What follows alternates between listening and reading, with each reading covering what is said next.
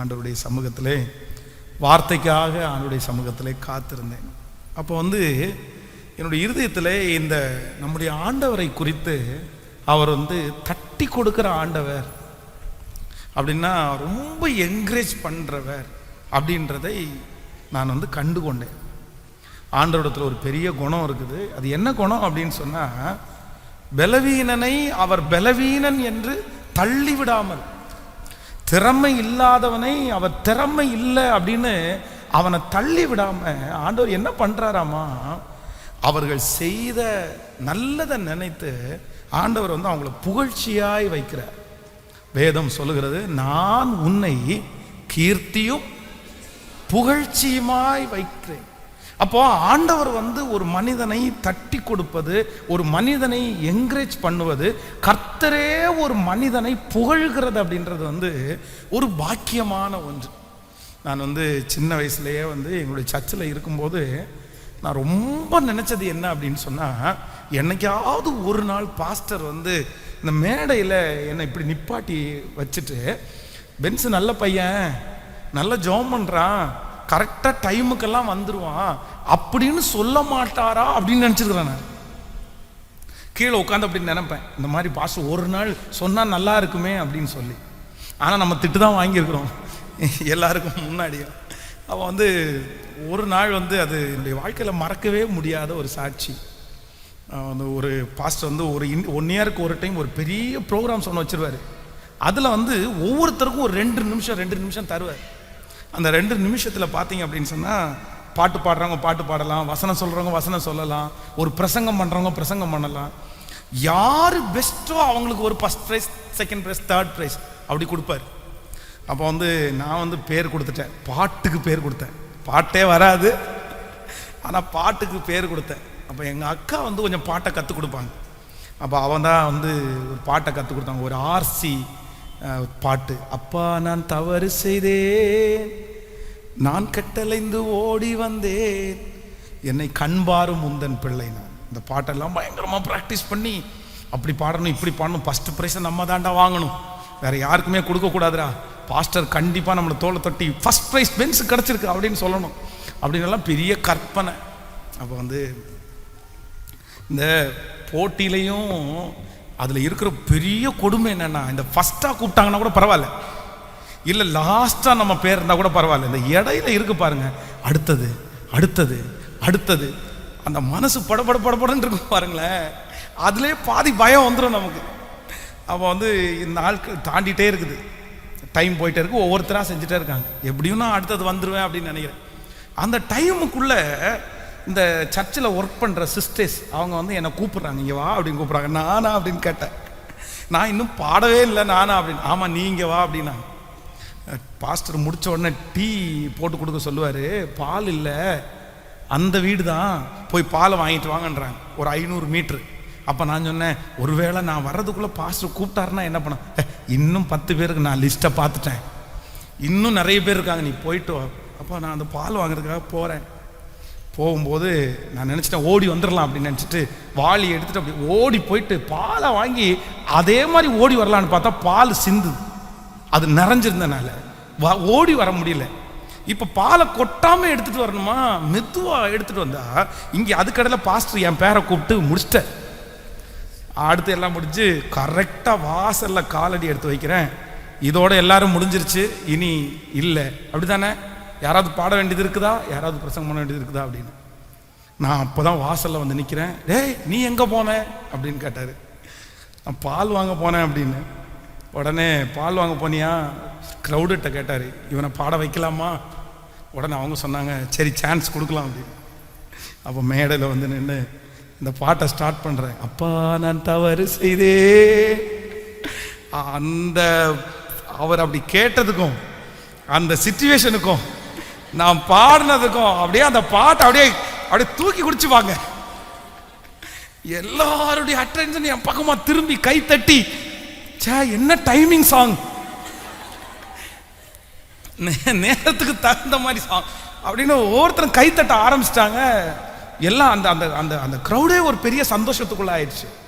உடனே பாஸ்டர் இப்போ அனௌன்ஸ் பண்ணுறாரு, பாட்டு யார் ஃபஸ்ட் ப்ரைஸ் அப்படின்னா, அப்போ அந்த டைம் அந்த ஃபஸ்ட்டு ப்ரைஸ் வந்து பாஸ்டர் எனக்கு சொன்னார், ஃபஸ்ட் ப்ரைஸ் பென்ஸ் அப்படின்னு சொன்னார். ஸோ அப்போ நான் ரொம்ப சந்தோஷப்பட்டேன். உண்மையாகவே ஸ்கூலில் அப்படியெல்லாம் ஆசைப்பட்டது இல்லை. ஸ்கூலில் அந்த மாதிரி தட்டி கொடுக்கணும், இவன் 100 எடுக்கிறான் அப்படின்னு அதெல்லாம் யோசிச்சதே இல்லை. நான் அந்த மாதிரி எடுக்கணும், ப்ரோக்கரி போஸ்டில் எல்லாமே வந்து ஃபஸ்ட் ரேங்க் அப்படின்லாம் வரணும் அப்படியெல்லாம் யோசிச்சதில்லை. ஆனால் ஆண்டவருடைய விஷயத்தில் யோசிச்சுக்கிறோம். ஆனால் உண்மையிலேயே ஆண்டவர் ஒரு மனுஷனை புகழ்ச்சியாய் வைப்பாரானால் அவன் எவ்வளவு கீழே கிடந்தாலும் அவனை உன்னதமான இடத்துல உட்கார வைக்க முடியும்ன்றதற்கு நான் ஒரு பெரிய சாட்சி. அப்போ ஆண்டவருடைய பிள்ளைகளே, என்னுடைய ஆண்டவருக்கு ஒரு பெரிய பழக்கம் இருக்குது. என்ன அப்படின்னு சொன்னால், அவர் தட்டி கொடுக்கிற ஆண்டவர். வேதத்தில் வந்து ஆண்டவர் வந்து யோபுவை குறித்து வேதம் சொல்லுகிறது. அப்போது யோபுவை வந்து இப்போ குறை சொல்கிறதற்காக பிசாசு வந்து ஆண்டவருக்கு முன்னாடி நின்றுட்டு இருக்கிறான். அவன் எல்லார பற்றியும் ஒன்றொன்னா குறை சொல்கிறான்.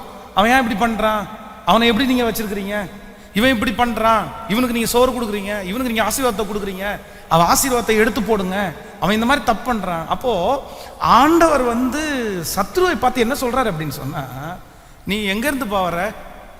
அதான் கர்த்தர் சாத்தானை நோக்கி, என் தாசனாகிய யோபுவின் மேல் நீ கவனம் வைத்தாயோ? என் மகனாகிய யோபுவை நீ பார்த்தியா? அவனை பற்றி குறை சொல்ல தான் வந்திருக்கிறியா? அவனுடைய வாயை திறந்து அவன் குறை சொல்ல ஆரம்பிக்கிறதுக்கு முன்னாடி ஆண்டவர் என்ன சொல்றாரு அப்படின்னா, உத்தமனும் சன்மார்க்கனும் தேவனுக்கு பயந்து பொல்லாப்புக்கு விலகிறவனுமாகிய இவனை போல ஒருத்தர் இந்த பட்டணத்தில் இல்லப்பா. ஆண்டவர் வந்து உடனே அவனை புகழ்கிறார். யார் அவனை குறைவாய் பேச வந்து நிற்கிறாங்களோ அவங்களுக்கு முன்னாடியே ஆண்டவர் என்ன பண்றாரு அப்படின்னா அவனை புகழ்கிறார். அப்போ இன்றைக்கு இந்த சத்தத்தை கேட்கிற ஒவ்வொரு ஆண்டவருடைய பிள்ளைகளுடைய வாழ்க்கையிலையும் உங்க மனசுல 1000 கற்பனை இருக்கலாம். ஆண்டவருடைய பிள்ளையே, என் மேனேஜர் என்ன ஒரு நாள் புகழ மாட்டாரா, என் கணவனார் என்ன ஒரு நாள் புகழ மாட்டாங்களா, நான் ஒரு நாள் புகழ்ச்சியை தேடி வரமாட்டேனா?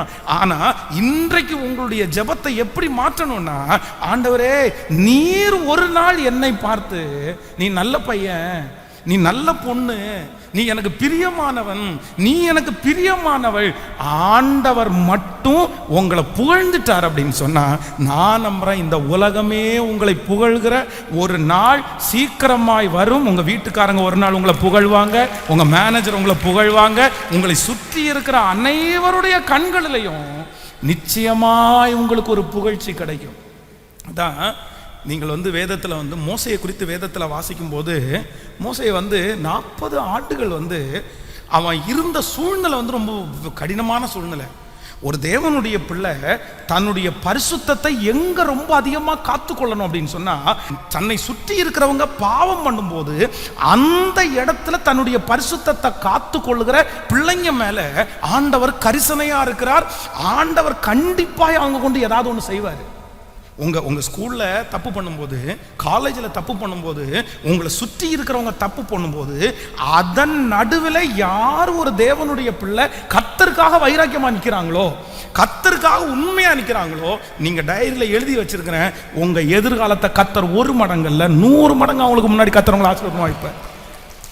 நீங்கள் வந்து சாமுவேலை குறித்து வேதம் சொல்லுது, சாமுவேலுக்கு முன்பாக ஏலியின் பிள்ளைகள் வந்து பேலியாளின் மக்களா இருக்கிறாங்க. அசுத்தமான ஒரு தனக்கு முன்பாக இருக்கிற அந்த பாஸ்டருடைய பிள்ளைங்கள் வந்து நல்ல விஷயத்தை போதிச்சு கொடுக்கல, நெகட்டிவா போதிக்கிறாங்க, அசுத்தத்தை போதிக்கிறாங்க, தப்ப வந்து தண்ணிய மாதிரி குடிக்கிறாங்க. அங்க இருக்கிற ஆகாரத்தினால தங்களுடைய பச்சை இறைச்சி அப்படியே வாங்கி தங்களுடைய சரீரத்தை பூஸ்ட் பண்றாங்க. அதை விட தேவாலயத்தில் வருகிற பெண்களோட அசுத்தமா நடக்கிறாங்களாமா. பொல்லாத பாவம், கொடிய பாவம், தேவன் அருவருக்கிற ஒரு பாவத்தை துணிகரமா அவங்க செய்யறாங்க. அந்த இடத்துல தான் சாமுவேல் இருக்கிறாரு. ஆனா வேதம் சொல்லுது, சாமுவேல் என்கிற அந்த பிள்ளையாண்டான் சணநூல் ஏபோத்தை தரித்து கர்த்தர் சமூகத்திலே வாழ்ந்தானாமா. அதனால தான் அவனுடைய எதிர்காலத்தை குறித்து வேதம் சொல்கிறது, தான் முதல் பெயர் சபா வரைக்கும் சாமுவேல் ராஜாக்களை அபிஷேகம் பண்ணுகிற பெரிய தீர்க்கதரிசியாய் மாற்றப்பட்டான். இங்க நிறைய வாலிப தம்பிங்க தங்கச்சிங்க இந்த ஆராதனையில் கலந்து கொண்டிருக்கிறீங்க. உங்க எல்லாருக்கும் சொல்லுகிற ஒரு பெரிய ஆலோசனை என்ன அப்படின்னா, உங்க வாழ்க்கையில இருக்கிற சவாலே ஆண்டவர் உங்களை தெரிந்து கொள்வதற்கு, ஆண்டவர் உங்களை நம்புவதற்கு நீங்க ரொம்ப செய்ய வேண்டியது என்ன தெரியுமா? உங்களை சுற்றி இருக்கிற எல்லாருக்கும் முன்னாடியும் உங்களுக்கு ஒரு வித்தியாசம் வேணும் மகன், உனக்கு ஒரு வித்தியாசம் வேணும் மகா. அவங்க செய்யறது மாதிரி நீ செய்யாம நீ ஒரு ஸ்பெஷலா, ஏண்டி உனக்கு இதெல்லாம் வராதா அப்படின்னு உங்க ஃப்ரெண்ட்ஸ் கேட்குறாங்களா? ஏண்டா நீ இதெல்லாம் செய்ய மாட்டியா, உனக்கு இந்த ஒரு மாதிரி உணர்வே இல்லையாடா, ஏன்டா இந்த வயசுல இப்படி இருக்கிற அப்படின்னு கேட்குற அந்த வார்த்தை தான் உன் தலை மேல வைக்கிற பெரிய ரிவார்டு. அது தேவன் உன்னை முன்குறிப்பதற்கு உனக்கு ஆயத்தம் பண்ணிட்டாரு. உனக்கு முன்பாக வைக்கப்பட்டிருக்கிற அந்த எக்ஸாம்ல நீ பாஸ் பண்ணிட்ட. இந்த சத்தத்தை கேட்கிற ஒவ்வொரு பிள்ளைகளுக்கும் நான் ஜெபிக்கும் போது என்ன ஜெபிக்கிறேன்னா, உங்களை சுற்றி இருக்கிற ஃப்ரெண்ட்ஸு உன்னை பார்த்து நீ மட்டும் எப்படி இப்படி உன்னால இருக்க முடியுதுன்னு ஆச்சரியப்படணும், பிரமிக்கணும். உன்னை பார்த்து உன்னை மாதிரி ஒரு வாழ்க்கை வாழ்றதற்கு அவங்க ஏங்குற ஒரு நாளை கர்த்தர் தரணும். அந்த ஆசீர்வாதத்தை கர்த்தர் உன் தலை மேல, அதுதான் வெற்றி. நிறைய பேரண்ட்ஸ் ஏங்கணும், நிறைய பெற்றோர் உன்னை பார்த்து ஏங்கணும். அந்த மாதிரி ஒரு பிள்ளை எனக்கு கிடைக்காதா? நிறைய பேர் சொல்லணும், இந்த மாதிரி ஒரு பிள்ளை எனக்கு கிடைக்காதா? அதுதான் கர்த்தருடைய பிள்ளையினுடைய சவால். ஆமென். ஆனா இந்த 40 ஆண்டுகளில் தன்னை சுத்தி எல்லாமே இருக்கு, அவனுக்கு எல்லாமே இருக்குது. தன்னை சுத்தி பாவத்தை செய்யலாம், யாருமே கேட்க மாட்டாங்க. தண்ணி அடிக்கலாம், யாருமே கேட்க மாட்டாங்க. போதையில படுத்து கிடக்கலாம், யாருமே கேட்க மாட்டாங்க. டைனிங் டேபிளில் இருக்கிற என்ன வேணாலும் சாப்பிடலாம், யாரும் கேட்க மாட்டாங்க. எந்த லேடியை வேணாலும் கூட்டிட்டு வரலாம், கேட்க மாட்டாங்க. ஏன்னா அவன் ராஜ அரண்மனையில இருக்கிறான். அங்க இருக்கிற நிறைய பேர் அப்படிதான் பண்ணிட்டு இருக்கிறாங்க. ஆனா மோசையை குறித்து வேதம் சொல்கிறது, கர்த்தருடைய தாசனாகிய மோசே அநித்தியமான பாவ சந்தோஷங்களை அனுபவிக்கிறதை பார்க்கலாம் தேவ ஜனங்களோடு கஷ்டம்னாலும் பரவாயில்லன்னு அவன் அதை பெற்றுக்கொண்டான், அதற்காக ஆசைப்பட்டான். அதனால ஒரு நாள் ஆண்டவர் புகழ்கிறார், என் தாசனாகிய மோசையோ, நீங்க சொல்றது மாதிரி அவன் அப்படிப்பட்டவன் அல்ல, என் வீட்டில் எங்கும் உண்மையுள்ளவன், என் வீட்டில் எங்கும் உண்மையுள்ளவன். இந்த மாதத்துல இங்க இருக்கிற நிறைய வாலிப தம்பிங்களை தங்கச்சிங்களை ஆண்டவர் முதுகுல தட்டி கொடுத்து, நீ ரொம்ப நல்ல பிள்ளை என்ற பெயரை கர்த்தரிடத்துல வாங்கணும். எந்த இடத்துல உன்னுடைய பெயர் கெட்டு போனதோ, எந்த இடத்துல நீ மோசமானவன் என்று சித்தரிக்கப்பட்டாயோ, அதே இடத்துல கர்த்தர் உங்க கூட இருந்து நீங்க நல்லவங்க தான் நிறைய பேருக்கு நிரூபிக்கிற காலம் சீக்கிரமாய். ஆமென் சொல்லுங்க. கர்த்தர் வரட்டும். உங்களுடைய மேனேஜர் இடத்துல என் பிள்ளை நல்ல பிள்ளைன்னு நிரூபிக்கிற காலம் சீக்கிரமாய் வரட்டும். உங்கள் சொந்தக்காரங்களுக்கு முன்பாக என்னுடைய பிள்ளை நல்ல பிள்ளை என்கிறதை நிரூபிக்கிற காலம். சொல்லுங்க, கைகளை உயர்த்தி, ஆண்டவரே நான் நம்புகிறேன், இந்த வார்த்தை எனக்குரியது, இந்த வார்த்தை என் குடும்பத்திற்குரியது, எனக்கு ஒரு அபிஷேகத்தை கர்த்தர் தாரும். உம்முடைய கைகளிலே, உங்க வாயிலிருந்து நான் என்னத்தை கேட்கணும் அப்படின்னு சொன்னா, நீர் என்னை தட்டி கொடுக்கணும் ஆண்டவரே. ஆமென் சொல்லுங்க பார்க்கலாம். கர்த்தரால் புகழப்படுகிறவனே உத்தமன். யார் உத்தமனாமா? சொல்லுங்க, சத்தமா சொல்லுங்க. அப்போ நீங்க யாரால புகழப்படணும்? யாரால புகழப்படணும்? தேவனால் புகழப்படணும்.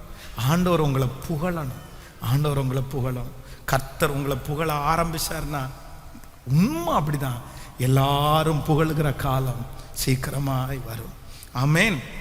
இந்த வசனத்தை நான் தியானித்து கொண்டிருக்கும் போது வேதத்திலே ஒரு 4 நபர்கள் அப்படின்னா ஆண்டவரே நேரடியாக வந்து நின்று அவங்களுடைய முதுக தட்டி, இவனை மாதிரி ஒருத்தனும் இல்லப்பா, இவன் ரொம்ப நல்ல பையன்ப்பா, சரி எப்படி அவன் வாழ்க்கை அப்படின்னு அவர்களுடைய குணத்தை பார்த்து ஆச்சரியப்பட்டு கர்த்தர் தட்டி கொடுத்த 4 விதமான மனிதர்கள். இல்லை அப்படின்னா ஒரு 4 விதமான குணம் அப்படின்னு கூட நீ எழுதிக்கலாமே. நீங்க இந்த 4 விதமான குணம் உங்களுக்குள்ளே இருந்தானால் கண்டிப்பாக ஆண்டவர் உங்களை தட்டி கொடுப்பார், உங்களை கர்த்தர் புகழுவார் அப்படின்னு நம்ம வச்சுக்கலாம். நம்பர் 1, முதலாவதாக ஒரு வசனத்தை வாசிக்க போறோம். மத்தேயு எழுதின சுவிசேஷம் 25ஆம் அதிகாரத்தை எல்லாரும் எடுத்துக்கொள்ளுங்கள். மத்தேயு எழுதின சுவிசேஷம் 25ஆம் அதிகாரத்தில் 23வது வசனத்தை வாசிக்கலாமா? அவனுடைய எஜமான் அவனை நோக்கி, நல்லது உத்தமமும் உண்மையும் உள்ள ஊழியக்காரனே, கொஞ்சத்திலே உண்மையா இருந்தாய், உன்னை அநேகத்தின் மேல் அதிகாரியாய் வைப்பேன், உன் எஜமானனுடைய சந்தோஷத்துக்குள்ளே பிரவேசி. 24வது வசனத்தை வாசிக்கலாம். ஒரு தாலந்தை வாங்கினவன் ஆண்டவரே, நீ விதைக்காத இடத்தில் அறுக்கிறவரும் தெளிக்காத இடத்தில் சேர்க்கிறவருமான கடினம் உள்ள மனுஷன் என்று அறிவேன். ஆகையால் நான் பயந்து போய் உமது தாலந்தை நிலத்திலே புதைத்து வைக்கிறேன், இதோ உம்முடையதை வாங்கி கொள்ளும் என்றான். அவனுடைய எஜமான் பிரதி உத்தரமாக, பொல்லாதவனும் சோம்பலுமான ஊழியக்காரனே, நான் விதைக்காத இடத்தில் அறுக்கிறவர் என்றும் தெளிக்காத இடத்தில் சேர்க்கிறவர் என்றும் அறிந்திருக்கிறாயே, அப்படியானால் நீ என் பணத்தை காசுக்காரர் வசத்தில் போட்டிருக்க வேண்டியதாய் இருந்தது, அப்பொழுது நான் என்னுடையதை வட்டியோடு வாங்கி கொள்ளுவேனே என்று சொல்லி அவனிடத்தில் இருக்கிற தாலந்தை எடுத்து 10 தாலந்துள்ளவனுக்கு கொடுங்கள். கவனிங்க ஆண்டவருடைய பிள்ளைகளே, இந்த இடத்துல 3 நபர்கள் இருக்கிறார்கள். அதுல ஆண்டவர் என்ன பண்றார் அப்படின்னு சொன்னா, 2 பேரை கர்த்தர் தட்டி கொடுக்கிறார், 2 பேரை ஆண்டவர் என்கரேஜ் பண்றாரு. ஆனா ஒரே ஒருத்தரை என்ன பண்றாரு அப்படின்னு சொன்னா, இல்ல நீ பொல்லாத ஊழியக்காரன், நீ இந்த உலகத்துல எப்படி வாழ்ந்த அப்படின்னு கர்த்தர் அவனை கடிந்து கொள்ளுகிறதை நம்ம பார்க்கிறோம். ஏன் ஆண்டவர் என்கரேஜ் பண்ணாரு, ஏன் ஆண்டவர் தட்டி கொடுத்தாரு? இந்த சம்பவம் உங்களுக்கு தெரியும். இதுல எஜமானன் என்று குறிப்பிடப்படுகிறவர் ஆண்டவர். அப்போ ஆண்டவர் என்ன பண்றார் அப்படின்னா, சில மனிதனுடைய கையிலே கர்த்தர் திறமைகளை ஆண்டவர் கொடுக்கிறார். நீ கொஞ்சத்தில் உண்மையாயிருந்தாய், நீ அநேகத்தின் மேல உன்னை நான் என்ன பண்ணுவேன்னா அதிகாரியாய் வைப்பேன். நம்பர் 1, முதலாவதாக ஆண்டவர் நம்மை தட்டி கொடுக்க வேண்டுமானால் ஒரு தேவனுடைய பிள்ளை எதுல உண்மையா இருக்கணும்னா, யார் கொஞ்சத்தில் உண்மையா இருக்கிறாங்களோ அவர்களை கர்த்தர் அநேகத்தின் மேல் அதிகாரியாய் வைப்பார். எத்தனை பேர் ஆமோதிக்கிறீங்க? கர்த்தர் உங்களுக்கு கொடுத்திருக்கிற அந்த கொஞ்சத்துல நீங்க என்னவா இருக்கணும்னு கர்த்தர் எதிர்பார்க்கிறார் அப்படின்னா உண்மையா இருக்கணும்னு எதிர்பார்க்கிறார். ஆனால் சிலருடைய எண்ணத்துக்கு இது வர்றதே இல்லை. அவங்க உண்மையா இருக்கவே மாட்டாங்க. எனக்கு பெரிய பொறுப்பை கொடுங்க, நான் நல்லா செய்யறேன். எனக்கு அந்த மாதிரி பொறுப்பை கொடுங்க, நான் நல்லா செய்யறேன். எனக்கு ஒரு 1 லட்சம் ரூபாய் இன்வெஸ்ட் பண்ணுங்க, நான் நல்லா பண்றேன். எனக்கு இப்படி ஒரு பெரிய ஷோவான ஒரு கடையை பண்ணி கொடுங்க, நான் அதை ஜெயிச்சு காமிக்கிறேன். இந்த மாதிரி கொடுத்தா, 4 பேர் உள்ளது கொடுத்தா, 2 பேர் உள்ளது கொடுத்தா. ஆனா நல்லா கவனிச்சுக்குங்க, ஆண்டவர் உங்களை தட்டி கொடுக்க வேண்டுமானால் உங்களிடத்துல என்ன எதிர்பார்க்கிறார் அப்படின்னு சொன்னா, மகனே மகளே, உன்னிடத்துல கொடுக்கப்பட்டிருக்கிற எதுல நீ உண்மையாயிரு அப்படின்னா கொஞ்சத்துல. இந்த சின்ன பொறுப்புல உண்மையாரு மகனே, இந்த சின்ன வேலையில உண்மையாரு மகனே, இந்த 4 பேருக்கு முன்னாடி உண்மையாரு மகனே. கர்த்தர் கவனிக்கிற கர்த்தர் சீக்கிரமாய் உங்களை எப்படி வைப்பாராமா, அநேகத்தின் மேல அதிகாரியாய் வைப்பார். கைகளை உயர்த்தி ஒரு ஹல்லேலூயா சொல்லலாம். ஆண்டவரிடத்துல அந்த தட்டி கொடுத்தல வாங்கணும்னு நீங்க நினைச்சிட்டீங்க அப்படின்னு சொன்னா, நீங்க ஒண்ணு நம்புங்க, ஆண்டவரிடத்துல, கர்த்தாவே எனக்கு ஒரு கிருபையை தாரும், நான் எதுல உண்மையா இருக்கணும் அப்படின்னு சொன்னா கொஞ்சத்துல, சின்னதுல, எனக்கு கொடுக்கப்பட்டிருக்கிற அந்த குறைவான காரியத்துல ஒரு ஜபந்தான் கொடுக்கப்பட்டிருக்கிறதா, அதை நான் நேர்த்தியா செய்யறேன் ஆண்டவரே. எனக்கு இந்த பாத்திரம் விளக்குற வேலை தான் கொடுக்கப்பட்டிருக்குதா, அதை நான் நேர்த்தியா செய்யறேன் ஆண்டவரே. நான் நம்புறேன், ஆண்டவர் உங்களுடைய பதவியை பார்க்கறது இல்லை, ஆனா கர்த்தர் உங்களுடைய இருதயத்தை கர்த்தர் பார்க்கிறார். விசுவாசிக்கிறீங்களா இல்லையா? அந்த கிருபை எத்தனை பேர் கேட்க போறீங்க? கைகளை உயர்த்தி ஆண்டவரிடத்துல கேளுங்க. எனக்கு ஒரு பாக்கியம் வேணும் ஆண்டவரே, ஆண்டவரே எனக்கு ஒரு கிருபை வேண்டும் ஆண்டவரே, நான் வளருவதற்கு, நீர் எனக்கு என்னை தட்டி கொடுப்பதற்கு நான் கொஞ்சத்திலே, முழு பலத்தோட சொல்லுங்க, ஆண்டவரே கொஞ்சத்திலே நான் உண்மையாயிருப்பதற்கு கர்த்தர் பலன் தாரும். ஹல்லேலூயா. கைகளை அசைத்து ஒரு ஹல்லேலூயா சொல்லலாம். சிலருக்கு இந்த கொஞ்சத்தை செய்யும் போது அதற்கு சரியான அங்கீகாரம் அவங்களுக்கு கிடைக்காத போது நிறைய பேருக்கு வெறுப்பு வருது. நான் எத்தனை நாள் தான் இதில் ஓடிட்டு இருப்பேன், நான் எத்தனை நாள் தான் இதிலேயே ஃபாலோ பண்ணுவேன். ஆனால் வேதம் சொல்கிறது, ஏற்ற காலத்தில் கர்த்தர் உங்களை உயர்த்தும்படிக்கு அவருடைய பலத்த கைக்குள். நான் நம்புறேன், இந்த ஜெபத்தில் இருக்கிற உங்களுடைய கொஞ்சத்தில் யாரெல்லாம் உண்மையா இருக்கிறீர்களோ, ஒரு நாள் கர்த்தர் உங்களை அநேகத்தின் மேலே கர்த்தர் அதிகாரியாய் நிறுத்துவார். நீங்க உண்மையாய் இருக்கிறது கர்த்தருக்கு தெரியும், நீங்க உண்மையாய் நடப்பது தேவனுக்கு தெரியும். பரலோகத்தின் தேவனாகிய கர்த்தர் இந்த கொஞ்ச பொறுப்புல நீங்க உண்மையா இருக்கிறதை, அதற்காக ஜீவனையோ நீங்க கொடுக்கிறதை, அதற்காக உங்களுடைய முழு முயற்சியை நீங்க பயன்படுத்துகிறதை கர்த்தர் கணக்கிலே வைத்திருக்கிறார்.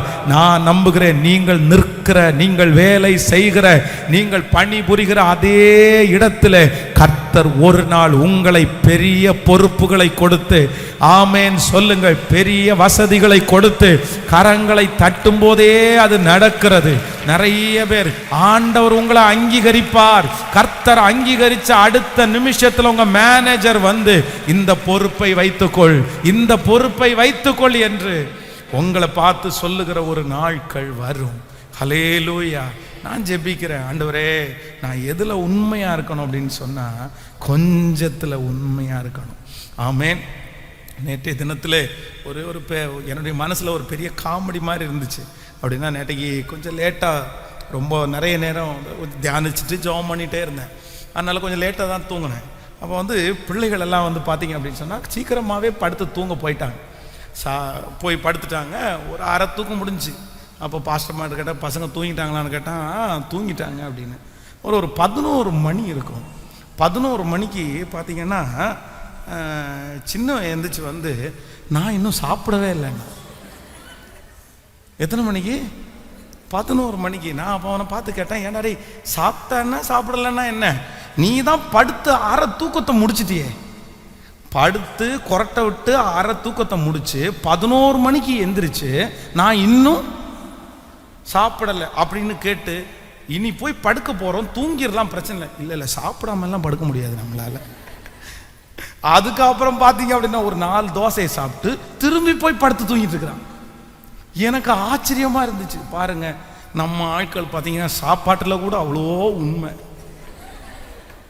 அதை விட்டு கொடுக்க முடியாது. அந்த கொஞ்சத்தில் இன்னைக்கு டெய்லி தான் சாப்பிட்றோம். இந்த ஒரு நேரம் தூங்கினா கூட விழிச்சு எழும்பி எனக்குரிய பங்கை கொடுத்துருப்பா.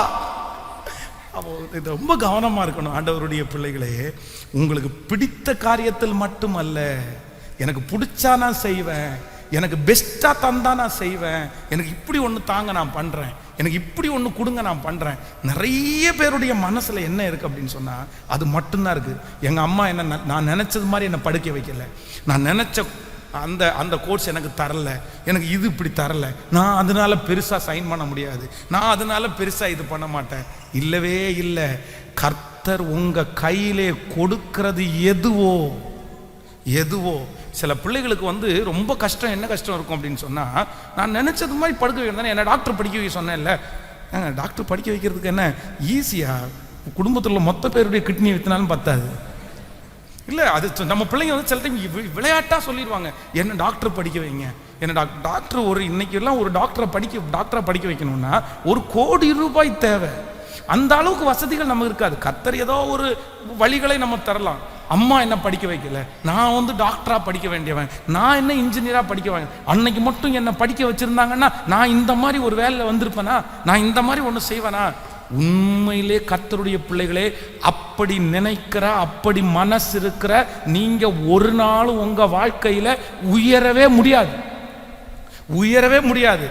ஆனால் ஆண்டவர் அந்த சூழ்நிலையில உங்களுக்கு எதை தர்றாரோ அதை மனரம்யமா ஏற்றுக்கொண்டு, கர்த்தர் எனக்கு இப்ப கொடுத்திருக்கிற இந்த கொஞ்சத்துல நான் உண்மையா இருப்பேன்னு நீங்க வாக்கு கொடுங்க. நான் நம்புறேன். நீங்க எழுதி வைங்க டைரியில, ஒரு நாள் கர்த்தர் உங்களை தட்டி கொடுத்து நீ கொஞ்சத்துல உண்மையா இருந்ததுனால மனிதர்கள் மறந்தாலும் கர்த்தர் உங்களை மறக்க மாட்டார். அதற்கு ஒரு உயர்வு உங்களை தேடி வரும். நன்றாய் கரங்களை தட்டி நீங்க உண்மையா இருந்ததனுடைய பலனை கர்த்தர் உங்களுக்கு தருவார். தராம போகவே மாட்டார். அவர் நீதி உள்ள நியாயாதிபதி என் கர்த்தர். பக்கத்துல ஒரு 3 பேருடைய கரத்தை பிடிச்சு சொல்லுங்க, கர்த்தர் உங்களுக்கு கொடுத்த கொஞ்சத்துல நீங்க உண்மையா இருங்க. சொல்லுங்க, நீங்க உண்மையா இருங்க. நீங்க மனப்பூர்வமாய் அதை செய்யுங்கள். நீங்க முழு இருதயத்தோட அதை செய்யுங்க. அப்பா நீங்க என்ன பண்ணுவீங்கன்னா, ஆண்டவருடைய தட்டி கொடுத்தல நீங்கள் சீக்கிரத்திலே காண்பீர்கள். ஹல்லேலூயா. ஆரம்பத்தில் கர்த்தர் தட்டி கொடுக்கறது உங்களுடைய கண்ணுக்கு தெரியாது. ஆனால் வருஷம் தாண்ட தாண்ட பார்த்தீங்க அப்படின்னா ஆண்டவர் தட்டி கொடுக்கறத உங்கள் கண்கள் அப்படியே காணும். ஹல்லேலூயா. நான் ஒரு ஒரு ஒரு ஒரு விஷயம் நான் உணர்றேன். இல்லைன்னா நான் அதுக்காக விசுவாசிக்கிறேன். இந்த சத்தத்தை கேட்குற உங்கள் ஒவ்வொருத்தருடைய வாழ்க்கையிலையும் ஆண்டவர் என்ன பண்ணணும்னா, உங்களை தட்டி கொடுக்குற ஒரு நாள் கர்த்தர் கொண்டு வருவாராக. ஆமென். நான் அதை ஃபீல் பண்ணுறேன். நான் அதை உணர்றேன். ஒரு நாள் கூட என்னுடைய தாயோ தகப்பனோ என்னை பார்த்து தட்டி கொடுத்து என்கரேஜ் பண்ணுற அளவுக்கு அவங்களுக்கு ஞானம் இல்லை. அவங்க தட்டி கொடுக்கலன்னு அவங்கள குற்றப்படுத்தலை. அந்த மாதிரி ஒரு ஞானம் கூட எங்கள் தாய் தகப்பனுக்கு இல்லை. ஐயோ பிள்ளை இந்த மாதிரி நல்லா செஞ்சான், அதை சொன்னால் என் பிள்ளை சந்தோஷப்படுவான்னு கூட எங்கள் அம்மா அப்பாவுக்கு தெரில. ஆனால் ஆண்டவர் எவ்வளோ பெரியவர் இல்லை, கர்த்தர் எவ்வளோ பெரியவர் இல்லை. ஆமேன்னு சொல்லுங்க பார்க்கலாம். ஹல்லேலூயா.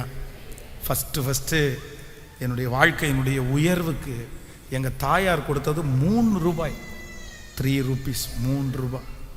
அந்த 3 ரூபாய் ஏதாவது பிஸ்னஸ் பண்ணணுமா, எனக்கு நான் ஏதாவது பண்ணுறேன், நீங்கள் கொடுத்தீங்கன்னா ஏதாவது செய்வேன் அப்படின்னு சொல்லும்போது எங்கள் அம்மா 3 ரூபாய் கொடுத்தாங்க. அப்போ அந்த 3 ரூபாவை கையில் வச்சுட்டு ஒரு சாக்கு பையை எடுத்து, அந்த நாட்களில் எங்களுடைய ஊரில் இந்த பழைய பிளாஸ்டிக் பொருட்கள் எல்லாம் இன்றைக்கெல்லாம் பார்த்தீங்கன்னா புது பொருளை வச்சுட்டு பழைய பொருளை கொடுத்து புது பொருளை கொடுத்துட்றாங்க. அது ஒரு வேலை, அது ஒரு தொழில் மாதிரி இருக்குது. ஆனால் அன்னைக்கெல்லாம் இந்த பழைய பொருளை அது மட்டும் வாங்குவாங்க. அது ரொம்ப கேவலமாக நினைக்கப்பட்டது. அதுவும் அந்த கேர்ள்ஸ் எல்லாம் ரொம்ப மோசமாக நினைப்பாங்க. இந்த பிள்ளைங்களுக்கு பார்த்தீங்கன்னா கிராமத்தில் இருக்கிற பிள்ளைங்களுக்கு பார்த்தா அமைதியாக தான் இருக்கும். ஆனால் அது நக்கல் பண்ணுறது அப்படியே தெரியும் நமக்கு. அப்படியே கேவலமாக ஒரு சிரிப்பு சிரிப்பாங்க, கேவலமாக ஒரு பார்வை பார்ப்பாங்க, நம்ம செத்தது மாதிரி இருக்கும். அன்னைக்கு அப்படி அப்போ அந்த 3 ரூபா வாங்கிட்டு அந்த சாக்கு பையை போட்டுட்டு அந்த 3 ரூபாவை கொண்டு போய் அதை 7 ரூபாயாவாய் மாற்றி அதை வாங்கிறது ஒன்று, அப்புறம் போய் தூரத்தில் இருக்கிறதெல்லாம் பொறுக்கி சாக்கில் போட்டு அதை விற்று நீங்கள் 3 ரூபா கொடுத்தீங்கம்மா, அந்த 3 ரூபா 7 ரூபாவை கொண்டு வந்துருக்கேன். உடனே அந்த 7 ரூபாவும் என் கையில் எங்கள் அம்மா திருப்பி தந்து இந்த 7 ரூபா வச்சு அடுத்து டெவலப் பண்ணேன், அடுத்து கொண்டு போவோம். சரி, அதெல்லாம் மறக்கவே முடியாது. அப்போ இன்று நான் நம்புகிறேன், அந்த உணர்வை அந்த வயதிலேயே கொடுத்த கர்த்தர் ரொம்ப நல்லவன். ஹல்லேலூயா. இங்கே இருக்கிற ஒவ்வொரு வாலிப தம்பிக்கும் தங்கச்சிக்கும் சொல்கிறேன், உன்னை அன்பாய் கேட்கிறேன், தட்டி கொடுக்கறதுக்கு ஒருவரும் இல்லாமல் வளர்ந்தவன். என்கரேஜ்மெண்ட்னா என்னன்னே தெரியாதுப்பா, எனக்கு என்னன்னே தெரியாதுப்பா. நீ நல்லா இருக்கிற அப்படின்ற ஒரு வார்த்தையை என் காதுகளில் கேட்டதே இல்லைப்பா. நீ அழகா இருக்க, நீ படிச்சிருக்க, அந்த மாதிரி ஒரு வார்த்தை, பிச்சைக்காரன்ற வார்த்தையை கேட்டிருக்கிறேன், ஏழைன்ற வார்த்தையை கேட்கிறேன், சோறு தின்ன வந்தேன்ற வார்த்தையை கேட்டிருக்கிறேன். என்னை குறித்து மட்டமான வார்த்தை என்னென்ன கேட்கணுமோ எல்லாத்தையுமே கேட்டிருக்கேன். எங்கள் அப்பாவை திட்டுவாங்க, அவன்லாம் எதுக்கும் நான் பெத்தெடுத்தான், அவனை அப்படியே கொல்ல வேண்டியதானே, எல்லாம் அப்படியெல்லாம் கேட்டிருக்கிறேன். ஆனால் நான் நம்புகிறேன், ஒரு தட்டி கொடுத்தலும் இல்லாத என்னுடைய வாழ்க்கையில் இயேசு என் வாழ்க்கையில் ஒவ்வொன்றாய் தட்டி கொடுத்தேன். ஸோ ஒவ்வொன்றா உற்சாகப்படுத்தினேன், ஒவ்வொன்றாய். முதல்ல பரிசு வாங்கினது சர்ச்சில் தான், முதல்ல என்கரேஜ் பண்ணப்பட்டது சர்ச்சில் தான். எல்லாம் எனக்கு எங்கே தான் கிடச்சிச்சின்னா ஃபஸ்ட்டு தேவ சமூகத்தில் தான் கிடச்சிருச்சு. சில வேளைகள் இந்த ஜெபத்தில் இருக்கிறவங்களுக்கு சர்ச்சில் கூட கிடைக்காம கூட போயிருக்கலாம். ஆனால் நான் நம்புகிறேன், உங்களை கனப்படுத்துவதற்கு யார் இருக்கான்னா நீங்க எதுல உண்மையா இருக்கணும்? கொஞ்சத்துல. அற்பமா நினைக்காதீங்க, அற்பமா நினைக்காதீங்க. ஒரு நாள் உலகமே மெச்சிக்கொள்கிற ஒரு நாளை கர்த்தர் தருவார். ஹல்லேலூயா. நம்புறீர்களா? விசுவாசிக்கிறீங்களா? கைகளை உயர்த்தி இயேசு நல்லவர் சொல்லுங்க. ஆண்டவரே நீ நல்லவர், எனக்கு அப்படிப்பட்ட ஒரு கிருபை வேண்டும். உங்களை கர்த்தர் ராஜாக்கள் மத்தியில் நிற்க வைப்பாராக, உயர் ஸ்தலங்களில் கர்த்தர் கொண்டு போய் அமர செய்வாராக. ஆமென். ஆண்டவர் உங்களோடு கூட இருக்கிறதை நிரூபிப்பாராக. ஸ்தோத்திரம். நம்பர் 2, இரண்டாவதாக வேகமாய் நம்ம எடுத்துக்கலாம். ரெண்டாவதாக ஆண்டவர் நேரடியாக கர்த்தர் ஒருத்தங்களை தட்டி கொடுக்குறாரு. எனக்கு ரொம்ப ஆச்சரியமா இருந்துச்சு. லூக்கா எழுதின சுவிசேஷம் 18ஆம் அதிகாரத்திற்கு வாருங்கள். லூக்கா எழுதின சுவிசேஷம் 18ஆம் அதிகாரத்தில் 14வது வசனத்தை வாசிக்கும் போது, அவன் அல்ல இவனே நீதிமானாக்கப்பட்டவனாய் தன் வீட்டிற்கு திரும்பி போனான் என்று உங்களுக்கு சொல்லுகிறேன். ஏனெனில் தன்னை உயர்த்துகிற எவனும் தாழ்த்தப்படுகிறான், தன்னை தாழ்த்துகிற எவனும் உயர்த்தப்படுகிறான். போதும் ஆண்டவருடைய பிள்ளைகளே, கவனிங்க. எல்லாரும் கவனிக்கிறீங்களா? கைகளை அசைத்து ஒரு ஹல்லேலூயா சொல்லுங்க. பக்கத்தில் இருக்கிறவங்க கையை பிடிச்ச ஆண்டவர் உங்களோடு இருக்காருன்னு சொல்லுங்க. தெளிவா இருக்கிறீங்கல்ல? ஆமென். எனக்கு உண்மையிலே நீங்கள் யாராவது தூங்குனீங்கன்னா என்னால் பிரசங்கம் பண்ண முடியாது. சிலர் தூங்குனாலும் பிரசங்கம் பண்ணிடுவாங்க. பட் நமக்கு அது டிஸ்டர்பன்ஸாக தான் இருக்கும். நீங்கள் அப்படி இல்லைன்னு நினைக்கிறேன். ஆமென். கைகளை அசைத்து ஒரு ஹல்லேலூயா சொல்லலாம். ஃபர்ஸ்ட் சர்வீஸுக்கும் அப்படி தான் இருந்துச்சு. இந்த லைட்டு கம்மியாக இருக்கிறதுனால உங்கள் முகம் ரொம்ப டல்லாக தர்ற மாதிரி இருக்குது. நீங்கள் எல்லாம் இருட்டுக்குள்ளே உட்காந்துருக்கிற மாதிரி அதனால் விழிப்பாக இருக்கிறீங்கல்ல? ஸோ இந்த இடத்துல ஆண்டவருடைய பிள்ளைகளே ரொம்ப அழகான ஒரு வார்த்தை. அப்படின்னா 2 பேர், இங்கே 2 பேர். ஒருத்தன் தட்டி கொடுக்கப்படுகிறான், ஒருத்தன் வேணாம் அவனுடைய. ஆனால் உண்மையிலே தட்டி கொடுக்கப்பட வேண்டியவன் யார் அப்படின்னு சொன்னா ஆப்போசிட்ல இருந்த கேரக்டர் தான். அவன் என்ன சொல்றான் அப்படின்னு சொன்னா, நான் என்ன தட்டி கொடுங்க, என்ன என்கரேஜ் பண்ணுங்க. ஏன் அப்படின்னு சொன்னா, நான் உபவாசம் இருக்கிறேன், நான் தசம பாகம் செலுத்துகிறேன், நான் சர்ச்சுக்கு கரெக்டா வரேன், நான் எல்லாத்துலயும் பர்ஃபெக்டா இருக்கிறேன், நான் நீதிமான், நான் நீதிமான். ஆண்டவரே என் பக்கத்திலே வாரும், என்னை ஆசீர்வதியும், என்னை தட்டி கொடும், என்னை என்கரேஜ் பண்ணும், என்னை உயர்த்தி நிறுத்தும் அப்படின்னு அவன் சொல்லிட்டே இருக்கிறான். ஆனா ஒருவன் என்ன பண்றான் அப்படின்னு சொன்னா, இவனுடைய வாழ்க்கையும் குறைஞ்சதெல்லாம் கிடையாது. நான் நம்புறேன் இவனும் தட்டி கொடுக்கப்பட வேண்டியவன் என்று அவன் தான் மனசுல நினைக்கிறானே தவிர, ஆனா அவனுடைய வாழ்க்கை அப்படிப்பட்டது கிடையாது. இவனை விட அவன் கேரக்டர் ரொம்ப கரெக்டான ஆளு. நான் தப்பு பண்ணிட்டேன், நான் சரியா வாழல, நான் ஒரு சரியான முன்மாதிரி கிடையாதுன்னு சொல்லி வீட்டிலே உட்காந்துருக்கல. நான் ஆண்டவரை தேட மாட்டேன்னு நினைக்கல. ஆனா அவன் என்ன பண்றான்னா, கர்த்தரை அதுவே பெரிய குவாலிட்டி, அதுவே அவனை தட்டி கொடுக்க வேண்டியது. இப்போ வந்துட்டு ஆண்டவரே நான் தட்டி கொடுக்கறதுக்கு தகுதியான ஆள் இல்லை, ஒன்று பண்ணுங்க, அவன் தட்டி கொடுக்கறதுக்கு தகுதியான ஆளு, பாவியாகிய என்மேல் கிருபையாயிரும். அந்த ஒரே ஒரு வார்த்தை ஆண்டவர் போய் அவன் தோளை தட்டி, அவன் அல்ல இவனே நீதிமானாக்கப்பட்டவனாய் கர்த்தர் என்கரேஜ் பண்றாரு.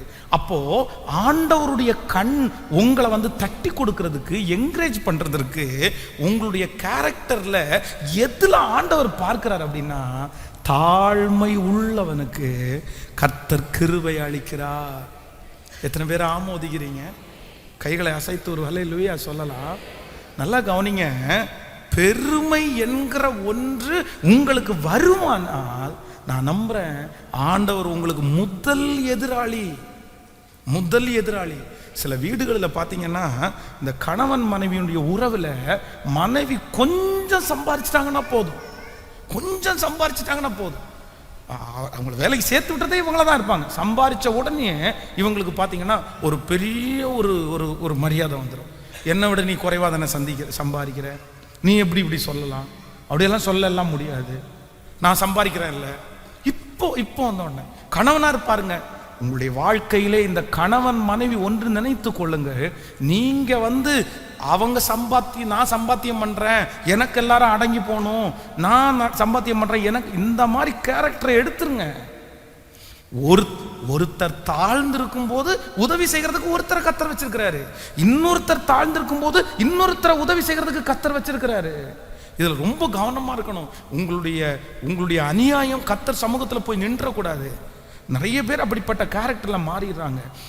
அதுவும் இப்பெல்லாம் ரொம்ப மோசமான ஒரு சூழ்நிலைக்குள்ள வந்திருக்கு. இந்த கேர்ள்ஸு, இந்த தங்கச்சிங்க எல்லாம் ரொம்ப கவனமாக கேளுங்க. நிறைய பிள்ளைகள் தங்களுடைய குடும்ப வாழ்க்கையை சந்தோஷமாய் அதை ரொம்ப ப்ரெஷியஸாக நினைக்கிறது இல்லை. கவனிங்க.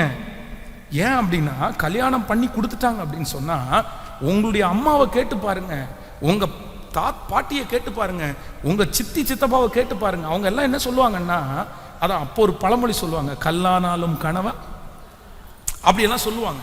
ஆனா இன்னைக்கு உள்ள பிள்ளைகளுக்கு இந்த மாதிரி டயலாக்க சொன்னோன்னா, ஆமா கல்லானாலும் கணவன் மல்லானாலும் போங்க மம்மி, வேற வேலையே கிடையாது, அவன் நல்லா இருந்தா நான் நல்லா இருப்பேன், அவன் வேலைத்தை பண்ணனா நான் வேலைத்தனம் பண்ணுவேன், அப்படியெல்லாம் இருக்க முடியாது. அப்போ என்ன அப்படின்னு சொன்னா, இந்த உலகம் ஏதோ ஒன்றை உங்களுக்குள்ள விதைச்சு, இப்ப என்னன்னா, நான் எதுக்கு கீழ்ப்படியணும்? இல்ல, நான் என்ன சொல்றேன்னா, நீங்க தாழ்ந்து போய் நீங்க அடிமட்டமா இறங்குங்கன்னு நான் சொல்லல. உங்களை சித்திரவதை பண்ணுவதற்காக அவங்க கையில கொடுக்குறோம் அப்படின்னு நினைக்காதீங்க. ஆனா கர்த்தர் கீழ்ப்படிய சொல்லி இருக்கிறார். நீங்க ரொம்ப ஜாக்கிரதையா இல்லைன்னா, இன்னைக்கு நிறைய குடும்பங்கள் திருமணமாகி உடைந்து கொண்டே இருக்கிறது. இந்த பிள்ளைகளுடைய நிறைய கிறிஸ்தவ திருமணங்கள் உடைகிறது. என்ன காரணம் அப்படின்னு சொன்னா, நான் பெரியவனா நீ பெரியவனா, நான் பெரியவளா நீ பெரியவளா, அந்த அந்த அந்த ரோசம். இல்லை இல்லை இல்லை இல்லை, எப்பொழுதும் நமக்கு என்ன வேண்டும் என்று கர்த்தர் எதிர்பார்க்கிறார் அப்படின்னா, தாழ்மையான இருதயம். ஹல்லேலூயா. எப்படி இருக்கணுமா மாமா? கேட்கல. சிலர் ஆரம்பத்தில் தாழ்மையா இருந்துடுறாங்க, ஆனா போக போக போக அவருடைய தாழ்மை எங்கேயோ போயிருது. நீங்க இந்த மேலை நாடுகளில் பார்த்தீங்க அப்படின்னு சொன்னா, சாப்பிட்றதுக்கு நம்ம நிறைய பேர் பார்த்தீங்கன்னா டேபிள் எல்லாம் வச்சிருக்கிறோம். ஆனா குறிப்பிட்ட ஒரு இனத்தை சேர்ந்தவங்க என்ன வச்சிருக்கிறாங்கன்னு சொன்னா, அவங்க அந்த நீங்க கோயம்புத்தூர்ல கூட 2-3 ரெஸ்டாரண்ட் இருக்குது. இந்த ரெஸ்டாரண்ட்டுக்கு நீங்க போய் பார்த்தீங்க அப்படின்னு சொன்னா, நம்ம எல்லாம் டேபிள் மேல உட்காந்து சாப்பிட்றது மாதிரி இருக்கும். ஆனா ஒரு ரூமை மட்டும் தனியா அவங்க தரையில உட்காந்து சாப்பிட்ற மாதிரி வச்சிருப்பாங்க. கீழே தான் உட்காருவாங்க.